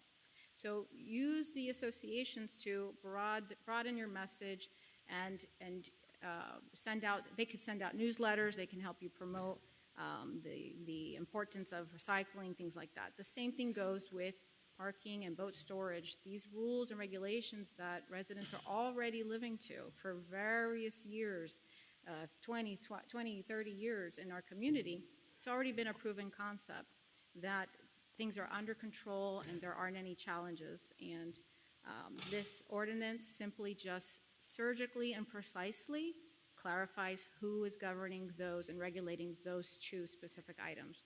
There's been a lot of talk tonight about code revisions and In other meetings, we talked about it would cost $250,000 to do a code rewrite. We've been talking about it for many years, and I still promote that we should fix our code comprehensively. But until then, we should look at the areas within our community that need to have special attention, and I respectfully ask for your vote and support tonight, and to trust that the associations are going to continue to do a great job with enforcing parking and boating storage within their communities responsively, which would ultimately allow for code enforcement to relieve themselves from the requirement of having to focus on those items and to do other more important work in our communities. So I'll rest with that. Thank you. Council? Yes, Vice Mayor. Thank you, Mayor. I think it could go either way. You know, it will. Well, one question for staff. Are there any areas in the city where boats are able to be stored in front of the homes indefinitely? No. No acre lots, no? No. No. So is there also conversation about setting a standard across the board for all areas and the time frame allowed? Or you're saying to let each HOA determine how long their residents are able to? Right, so current day, the rules and regulations regarding parking and boat enforcement within HOAs, it already exists. So what I'm saying is to allow that standard be whatever that standard is. So the actual verbiage in the code that's adjusting is just clarifying that those two items would be governed by the HOA. It's not setting the time limit, it's not setting the storage front or back. The reason is that some properties have larger lots where you can store a recreational vehicle in the yard, but 90% are not. And the HOA rules typically don't allow it. So there is no perpetual boat parking in front of a home that I'm aware of. In the example that Councilman Fletcher gave in our last reading, is that in the Keysgate community, it allows for 3 days. Once those 3 days are over, you got to have your boat off your property. That's one example inside an association. That example, which people have merrily lived under for 30 years now in the Keysgate community, is a direct violation of the current code. And so while I do agree that perhaps for the benefit of the Southwest and the Northwest, which I was speaking to some of the Southwest residents earlier today, and that's kind of the discussion, is while we do move forward and make these precise changes in some districts or some areas, let's not forget and take an opportunity to maybe look at where else we have to provide relief, whether it is boat storage. Maybe instead of 2 hours, you allow 12 hours so that you can clean your boat. But that would be again a change that we could always bring back on a larger area. But for parking enforcement, another example. Some communities, the roads are larger, so they allow you to park on the street. In smaller roadway communities, they don't want you to park on the street because they don't want you to obstruct emergency vehicles and garbage vehicles, so they promote you to park in your driveway.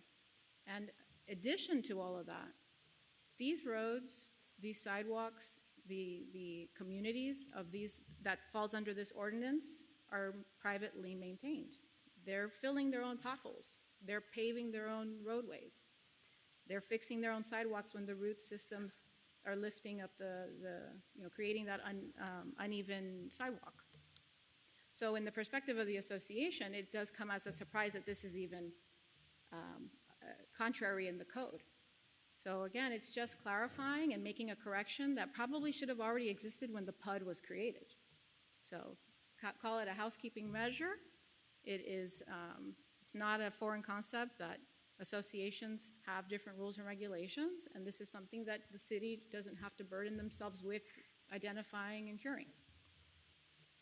I think besides the comment made at the last meeting that sometimes the garbage trucks couldn't get through, I think in the end that should have been set up from the beginning if that's the way things have been for the last 30 years there, and it's working at least most of the time relatively well. Leave it as is. This ordinance just clarifies that the responsibility of the city isn't to go in there and fine people if they're parking in their parking spaces or if their boat is out for more than 2 hours. And without this code being changed, all the associations are basically operating in conflict to the code. So with that, I'll make a motion to approve my code amendment. Thank you. Question, Mr. Mayor. Councilman Fletcher? Yes, thank you. So right now, this is very singular, right to boats. It doesn't really address other vehicles, recreational vehicles, motorhomes, which can also be an issue. And most homeowners associations have restrictions on those being in there for a period of time as well. Why are we just identifying boats? How many of these have actually occurred where the cities actually went out and gave citations? And I understand you're wanting to give the HOAs the approval. And look, I've seen the letters. I've talked to my residents as well. But what happens on the 5th day or the 6th day? The HOA's they're doing their fines and whatever, but the boat's still there. The 7th day. At some point, the city's going to have to come in and say something. At some point, I would say. Do other cities have anything similar to this, or are we creating something new? None of the cities in South Florida, in Dade County that I polled, or in the county have anything. Look, I'm not against being a trendsetter and moving forward, but we compared like cities, and either they were silent on the topic, which would then refer you to the Miami-Dade County Code, or they had their own. The only city that stood out to be one of our neighbors that was more strict than ours was South Miami, that required you to register your boat with the city to ensure that the boat belonged on that property. Other than that, they are all mirrored the same as ours. so that's a concern, just basically that we're going to be an outlier with other cities in South Florida. Again, I will listen to what my colleagues have to say. I appreciate your comments and understand, but this may require a little more work to ensure that, right now we're trying to unburden city employees potentially, but at the same time, they're driving down the road and they see something that's not safe, has been there for a while. Where do we draw the line? Do we just let the HOA handle it? And then we're looking differently at areas that don't have HOAs. So there's give and take here, I think, that we have to look at. I'll see what everyone else has to say. But.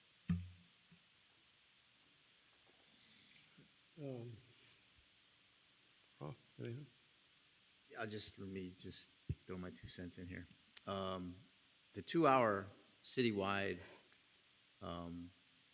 code is, I think, a little short. And I don't know how many of our code officers are driving around on a Sunday afternoon looking for people who got their boats out in front of the yard more than 2 hours. So I think I don't know if somebody mentioned it, that maybe we look at this and change the code entirely, because my thought was, although I support the HOAs taking care of their residents and their properties, that it's more of selective enforcement on the city side, where someone who lives in the northwest section, the code enforcement's going to enforce a 2-hour curfew on their boat, and that same guy goes and visits the guy in Keysgate, and he's got his boat out in his yard for 2 days or 3 days. So I think the HOAs do a great job in maintaining and protecting the values of their homes and their residents, and I think it needs more work than what is here, because I just think the selective enforcement could create an issue for us in the future. I don't know how you allow a part of the city to ignore whatever the code is, and the other part of the city has to be enforced with that code. So I just don't understand that concept of it. So, but as I said, I think the HOAs have the ability to govern themselves a lot better than the city does when it comes to the enforcement of a 2-hour rule or a 72-hour rule based on, the way some of those communities look versus how some other communities in the city looks as well. So maybe, I think Vice Mayor mentioned a workshop and I hate keep adding up workshops, but if we're going to make, improvements to the city, I think it takes more than sitting here for an hour to debate a topic like this, where I just think that the selective enforcement part of it is a big problem. And once residents realize on the northwest side that people on the east side can park their boats for 3 days and not get a citation, and I'm getting a citation, I feel bad for the representatives in that area, So that's just my 2 cents for this topic. Thank you, Mayor. Thank you, Councilman. So, in the run-up to this, well, let me back up. At its core, this proposed ordinance legalizes activity that is contrary to city code. And while it is true when one says that HOA rules are different from city codes, it is more truthful to say that they are by and large, and we all view them as more restrictive than city code. And I think that's what folks expect when they move into a gated community, are those more restrictive rules. And however it happened, it's come to our attention now that some HOAs have rules that violate city code. So and to piggyback on Councilman Roth, and I think I touched on this at first reading, this could be a real slippery slope, that if I'm the guy in the Northwest that gets a ticket for having my boat out there in the driveway for the 3rd hour, I'm going to say, hey, wait a minute, you allow these folks over on the other side of town to park them out there for 3 days. And that's just a slippery slope that's going to open up a lot of issues, I think. I don't know what the history is of why we only allow 2 hours, and maybe we need to look at that. But what is being asked here is not whether it's 2 hours, 12 hours, or 72 hours. This is asking us as a city through code enforcement to ignore those violations in gated communities. And I don't know that we have the discretion to do that. But, at its heart, this seems to be a solution in search of a problem. The statistics that code enforcement provided to each and every one of us is that since January 1, 2024, only 10 boat citations have been written in, I don't know if it was citywide or gated communities. No, the requested information was for some of the larger associations. The larger associations. I don't want to name them, but they're in No. the memo. Right. With 3 of the largest community associations, what violation. So, statistics. 10 tickets. If I may add, that the first reading, there was a different report that was circulated, which was more citywide and association specific. So Okay. are you referring to the second circulation or the first? The second request. The second request was From first incorrectly reading. provided, but the first reporting that was circulated at first hearing, that one showed approximately 160 violations. A mix That between was boat all? and parking citywide. Right, and that was 30 all for a longer period of time. The second reporting was narrowed to three of the larger associations for a shorter period of time. The second report was not intended to request specifically for boat and parking.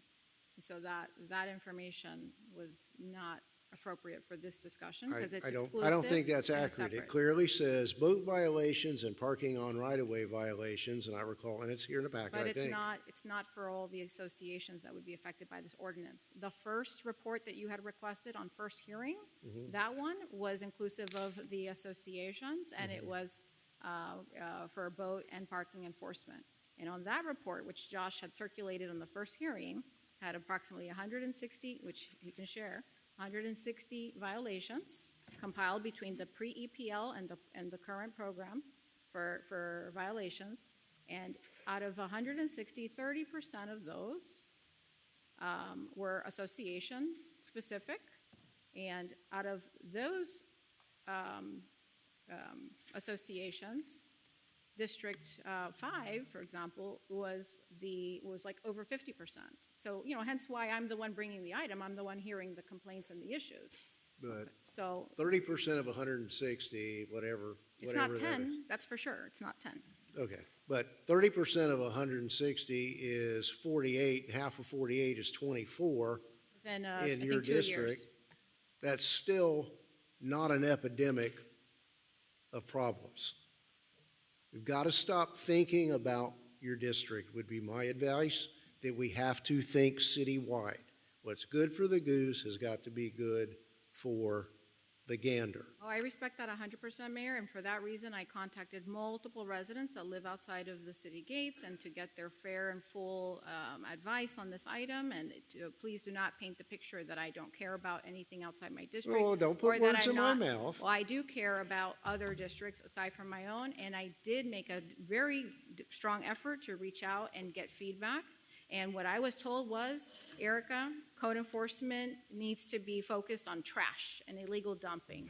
And if they're spending time knocking door to door and they're going in there and issuing violations for boats and parking when the associations have their rules, why are they spending their time doing that? I beg the same question. You want to say it's only 10, that's not the case. So let's Mr. be Mayor, may I fair. offer a solution? Pardon? May I offer a solution? I think that we all need to do a little more deeper dive into this before we approve final. I would suggest we have another workshop. And again, we can put 2 or 3 of these together, and not only look at the singular portion of boats, but we have to look at the RVs and other things as well. Well, and I think it's a good opportunity to look at city code in terms of length. And one thing that jumped out at me is there are some areas that allow 2 boats in a yard. I think 1's plenty. 2 invites monetizing your backyard.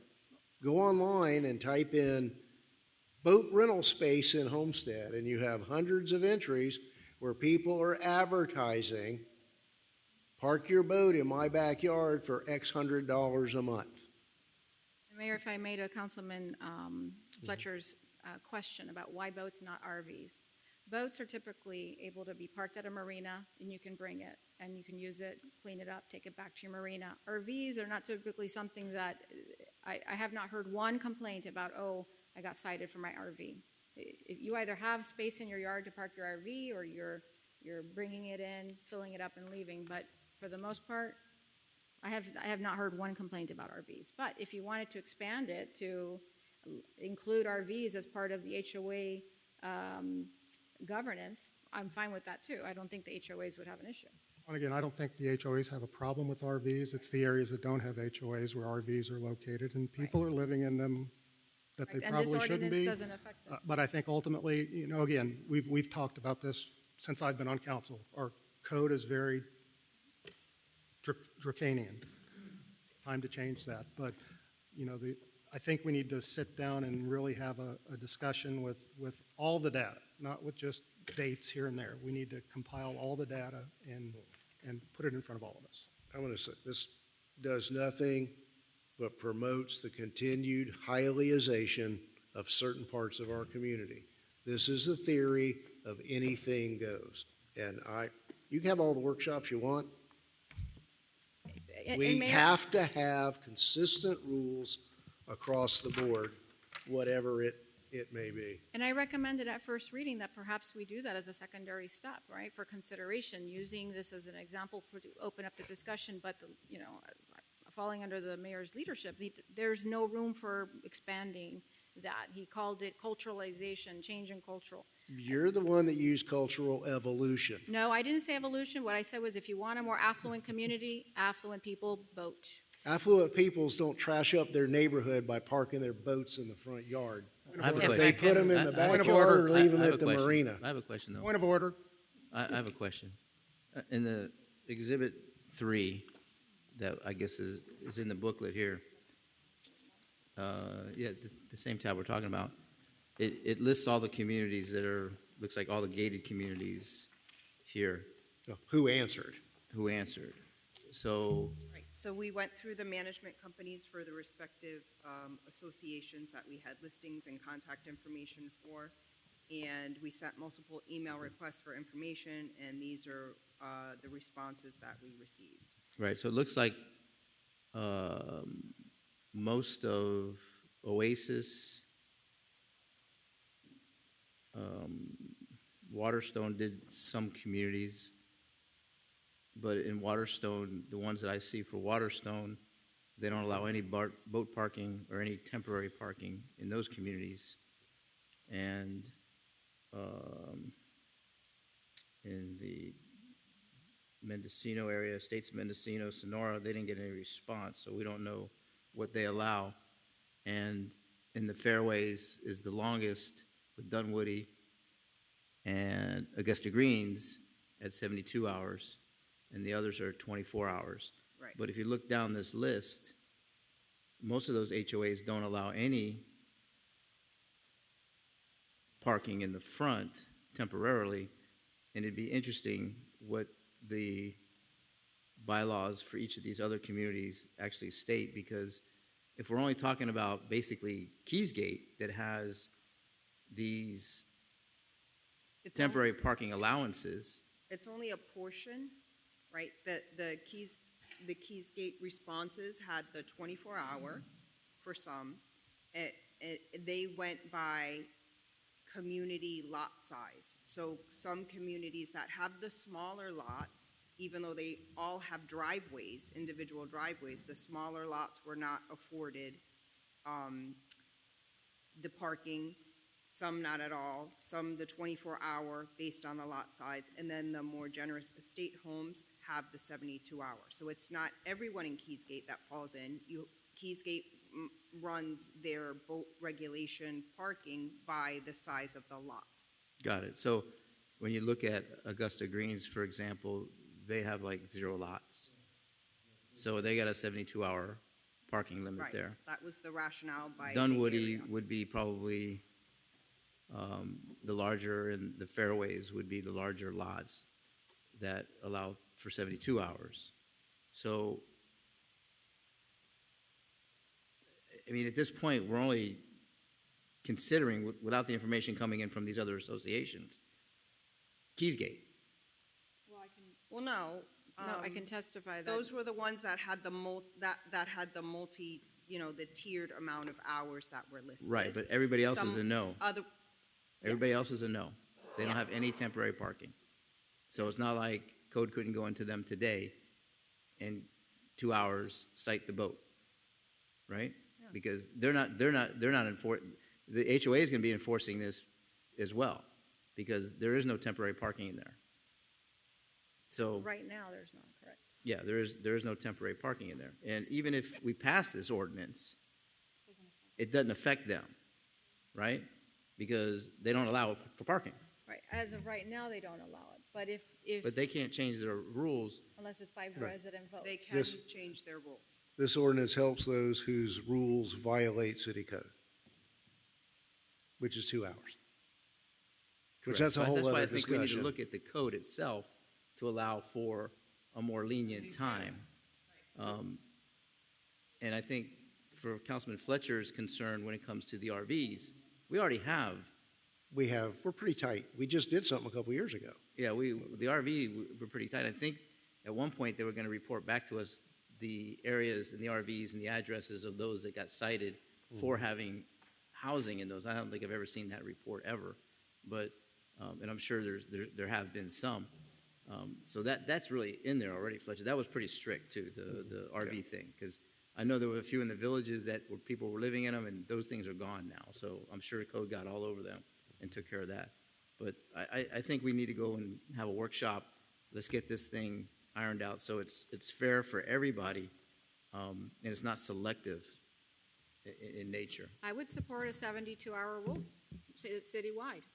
I was trying to be respectful of, other That's- positions and, be precise and surgical on how we approach these, which is not unprecedented. I But could support 72 and one boat. Take away the ability for the second boat, that's in our code, is to allow 2 boats in your backyard. 'Cause we depending had a upon the test- size of the lot. Or greater than half an acre. Yeah. Westbury, Redland Reef, And the case Redlands. of the woman who had her boat and RV, and she was ticketed for having both instead of only one. Yes. So that would be an item that we can also address during But the I think that workshop. may have been location. I think you can have one of each, but they're supposed to be in the back. That's what she absolutely testified that she had, was both in the back. So I will defer this item until after we have a workshop, and I appreciate everyone's commitment to addressing this concern. If you don't live in a gated community, then you're not living the problem, because you might have a larger lot where you can park your boat behind your fence. But Come with me and let's count RVs and boats that I'm shouldn't not- be in I'm my not- neighborhood. I'm not discounting Okay. that But problem. you don't have a second anyway, so it's move to defer it. I'm moving to defer. Mr. Mayor, also, there's a resident who can't call in who wants to speak. Oh, did we do a public comment on this item? Well, I mean, We asked for all we asked public for comment it. up He's front. unable to talk, so maybe we can get him to speak at the workshop. Because if we're gonna defer it, yeah. If there's someone who'd like to make a public comment, either positive or negative on the item, I would like to hear it today.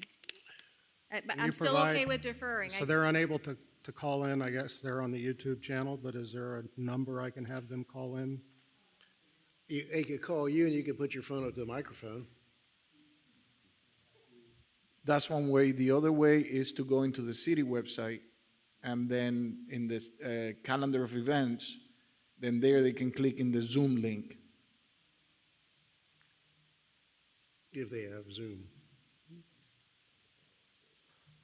Or Have them call. we can do We're as deferring, suggested but I by the wanna hear mayor, and I can give you a wireless mic, and we can put them in. I can put him right with this mic if he wants to call. Okay. I'll call him. Yeah. Yeah. 12th caller. You want to talk, or you want to wait till the workshop? Well, hang on, I'm putting you on speaker. Go ahead. Okay, can Name- everybody hear me, mayor and council? Yes. City Name and- manager? Okay, can you hear me okay? Yes. Okay, 10-4. So, we Na- did send the who letter we- into. Hang on. Larry Mino. Larry Mino. Harry Mino, 2555 Dunwoody Place. Go ahead. So Keysgate did send a letter in support of this code amendment change. And in the letter, it outlines the reason why. I hear an echo. Or am I echoing to you? You're fine. Okay. So in the letter, it outlines the governance that Keysgate has followed for the 25, 30, 35 years of its existence. Now, the Fairways has a rule of 72 hours. East Lake, it could be 48. So the point of this resolution is it hasn't been a problem in the past, okay?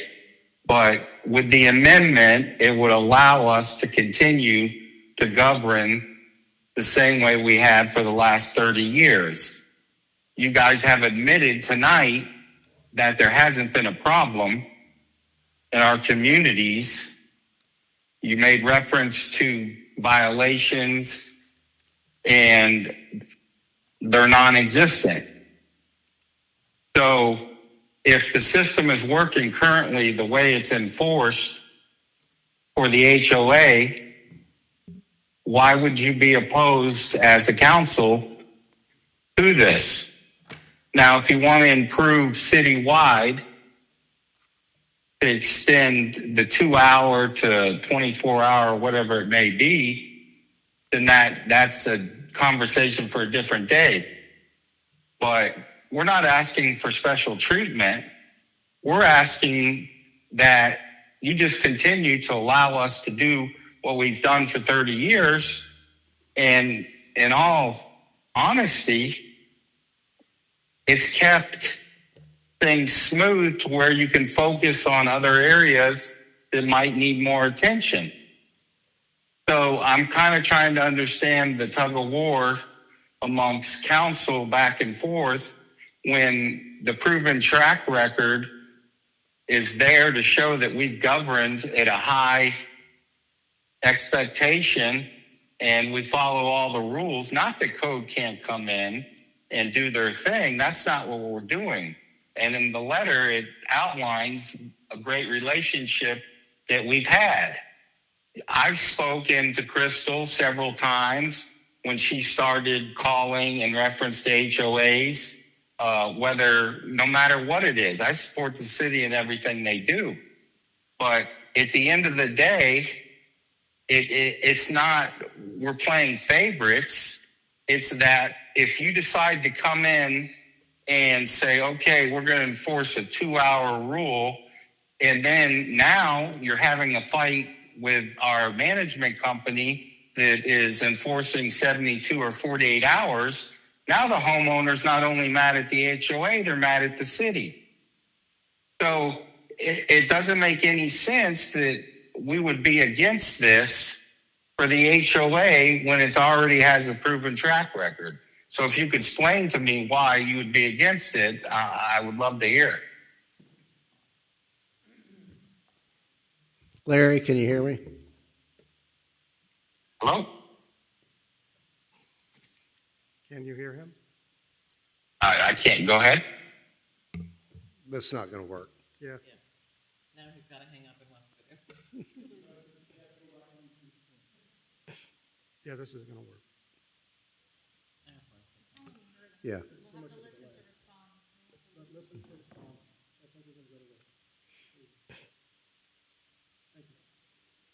So Larry, if you're watching, it seems we're going to defer this item and go to workshop.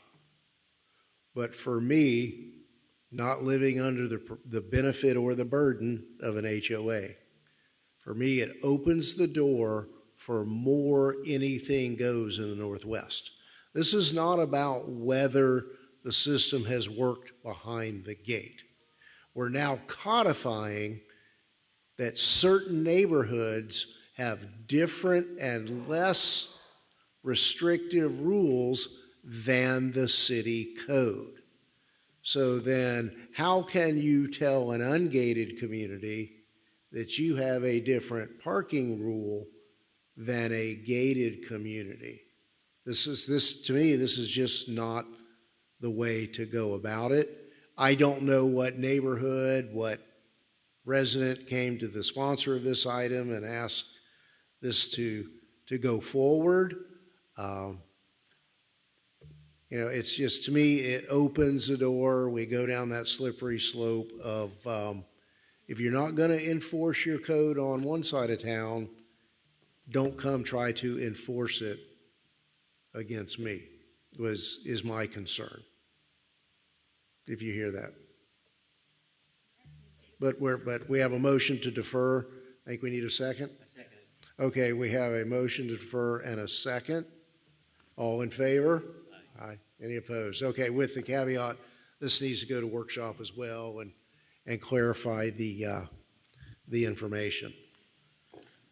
Okay, so does that take you to the non-smoking? Yes. No smoking in the park, tab 32? Tab 32 is the second reading of an ordinance of the City Council of the City of Homestead, Florida, amending the City of Homestead Code of Ordinances by creating Article 7, Smoke-Free Parks of Chapter 20, Parks and Recreation, to prohibit smoking and vaping in city parks, subject to applicable state law limitations, providing for related definitions, prohibitions, signage, and enforcement, providing for codification, providing for conflicts, providing for severability, and providing for an effective date. Yeah, thank you. It's been moved by Vice Mayor, seconded by Councilman Cannonball. I think this is one we can all agree upon and say, why didn't we think of this before? We didn't know this loophole existed. So, Councilwoman, anything to add on your No, own? I think that the comments that were made at the beginning of our meeting were very concise, and this is obviously for the benefit of our youth and improving our parks. Thank you. Thank you. Thank you for bringing it. Okay, so let's have a roll call vote on tab 32. Councilman Ross? Yes. Councilwoman Avila? Yes. Councilwoman Konsky? Yes. Councilman Fletcher? Yes. Councilman Cannibal? Yes. Vice Mayor Bailey? Yes. Mayor Losner? Yes. The motion carries. So, let me get back to my agenda page to take you guys in the right order of who gets to, what's that? Yes. Mr. Manager? Just a quick reminder that tomorrow we have the job fair at FICO Williams. And also tomorrow we have the community meeting at the CRA building for Pioneer Village with respect to the water and sewer project. And to remind council that on April 30th we have a field trip to the wastewater treatment plant so that folks can get familiar with the processes and the fact that the city of Homestead has stayed with the same facility for years, even though population had more than doubled. So it's time for us to realize that it's time to upgrade our systems and their facilities. I think the rest I'm going to convey to council through memo to mayor and council as well. Okay, thank you. Mr. Attorney? I don't have anything, but I just wanted to call your attention to this, that we had the other resolution that I don't believe we heard yet. It wasn't added No, I was to the going to do that agenda at under the my beginning. business. Okay. If we get that far tonight, I'll do it under my business. Okay, I just didn't want to Thank lose you. the thread, yes. Councilwoman Konski? Couple things. I don't know how many of you have been to the pop-up DMV at Dickinson, but what a pleasure that was. No appointment. I was in and out in 20 minutes, so tip my hat to the tax collector, Fernandez. I also want to remind everybody about the National Day of Prayer here in the chambers at 10 a.m. And it's May 7th. Thank you. One more thing, I was at the League of Cities last week, and we were all invited to attend Memorial Day weekend at it's the 2026 Hyundai Air and Sea Show at South Beach. So they've dubbed it the greatest show above the earth. That's May 23rd and 24th, and quite an array there of demonstration of all the military. So, and they're expecting quite a turnout. And there is also a Patriot Display Village and a Saturday night firework and drone show. So, thank you. Hey, thank you. Councilman Roth? Councilman Cannibal, you good? You're good. Okay. Councilwoman Avila? Thank you, Mayor. I wanted to give props to our Parks Department for your Arbor Day coming up. Thanks for clarifying that we're not buying trees. We're going to be planting some trees. I look forward to that. And I want to recognize all of the community programs that are recognizing Month of the Military Child and our autistic families. We see you and we support you. And I wanted to get an update about our faith-based advisory board. I had requested for that to come back. I have a draft to share with you. Okay, thank you. Which is that? Our faith-based advisory board. Mm-hmm. Yes. And then there is the Farm Bureau Barbecue coming up on Saturday. Please go out and promote. That is going to be at the Damari Distribution Packing House.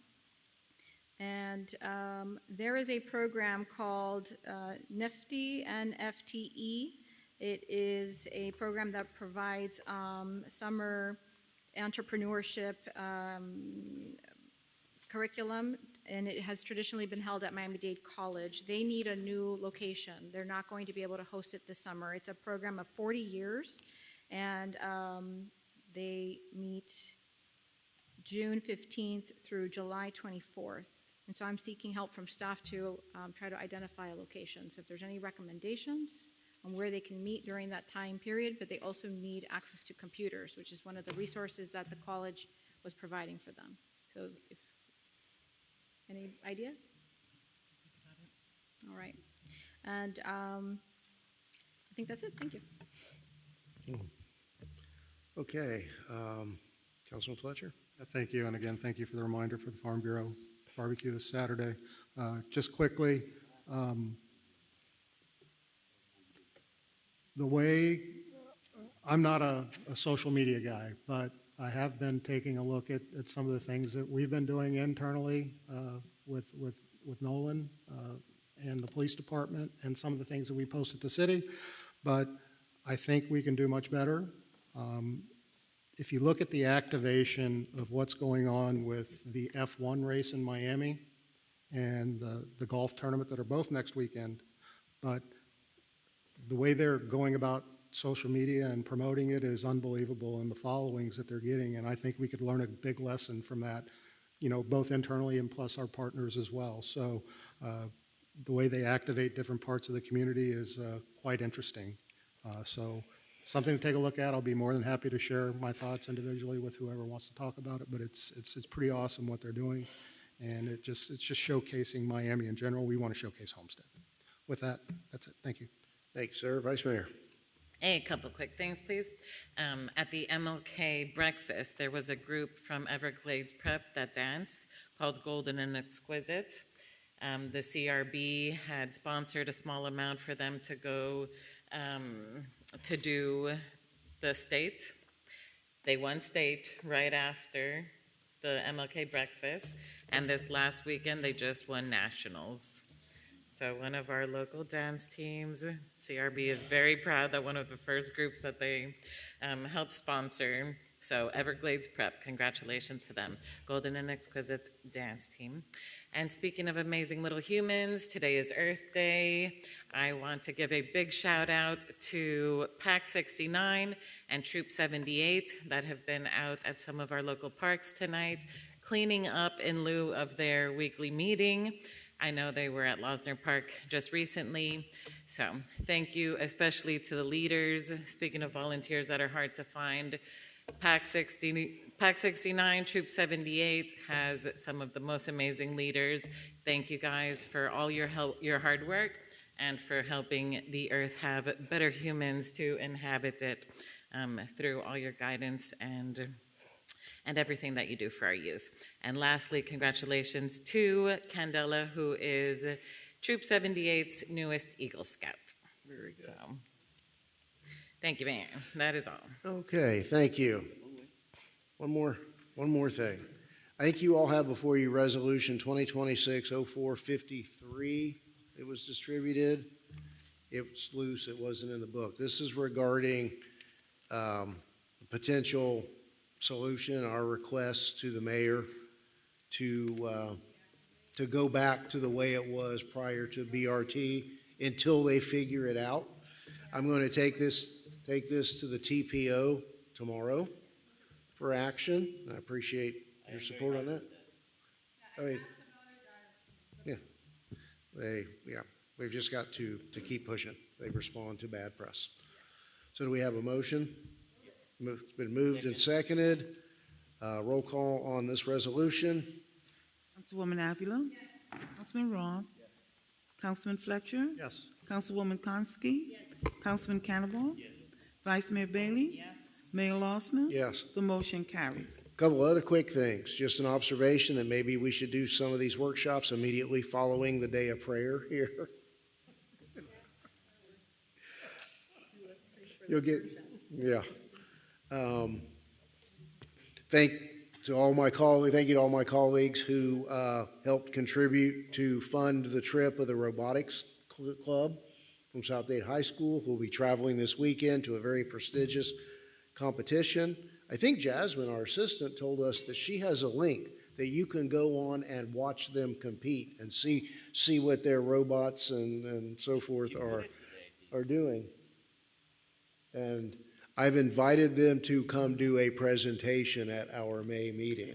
So we'll bring the robot, recognize these kids, and before school gets out, we come back and maybe.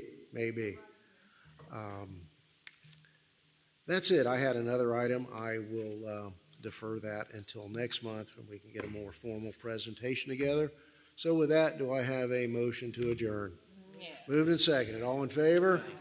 Opposed. Thank you all. Good night. Thank you.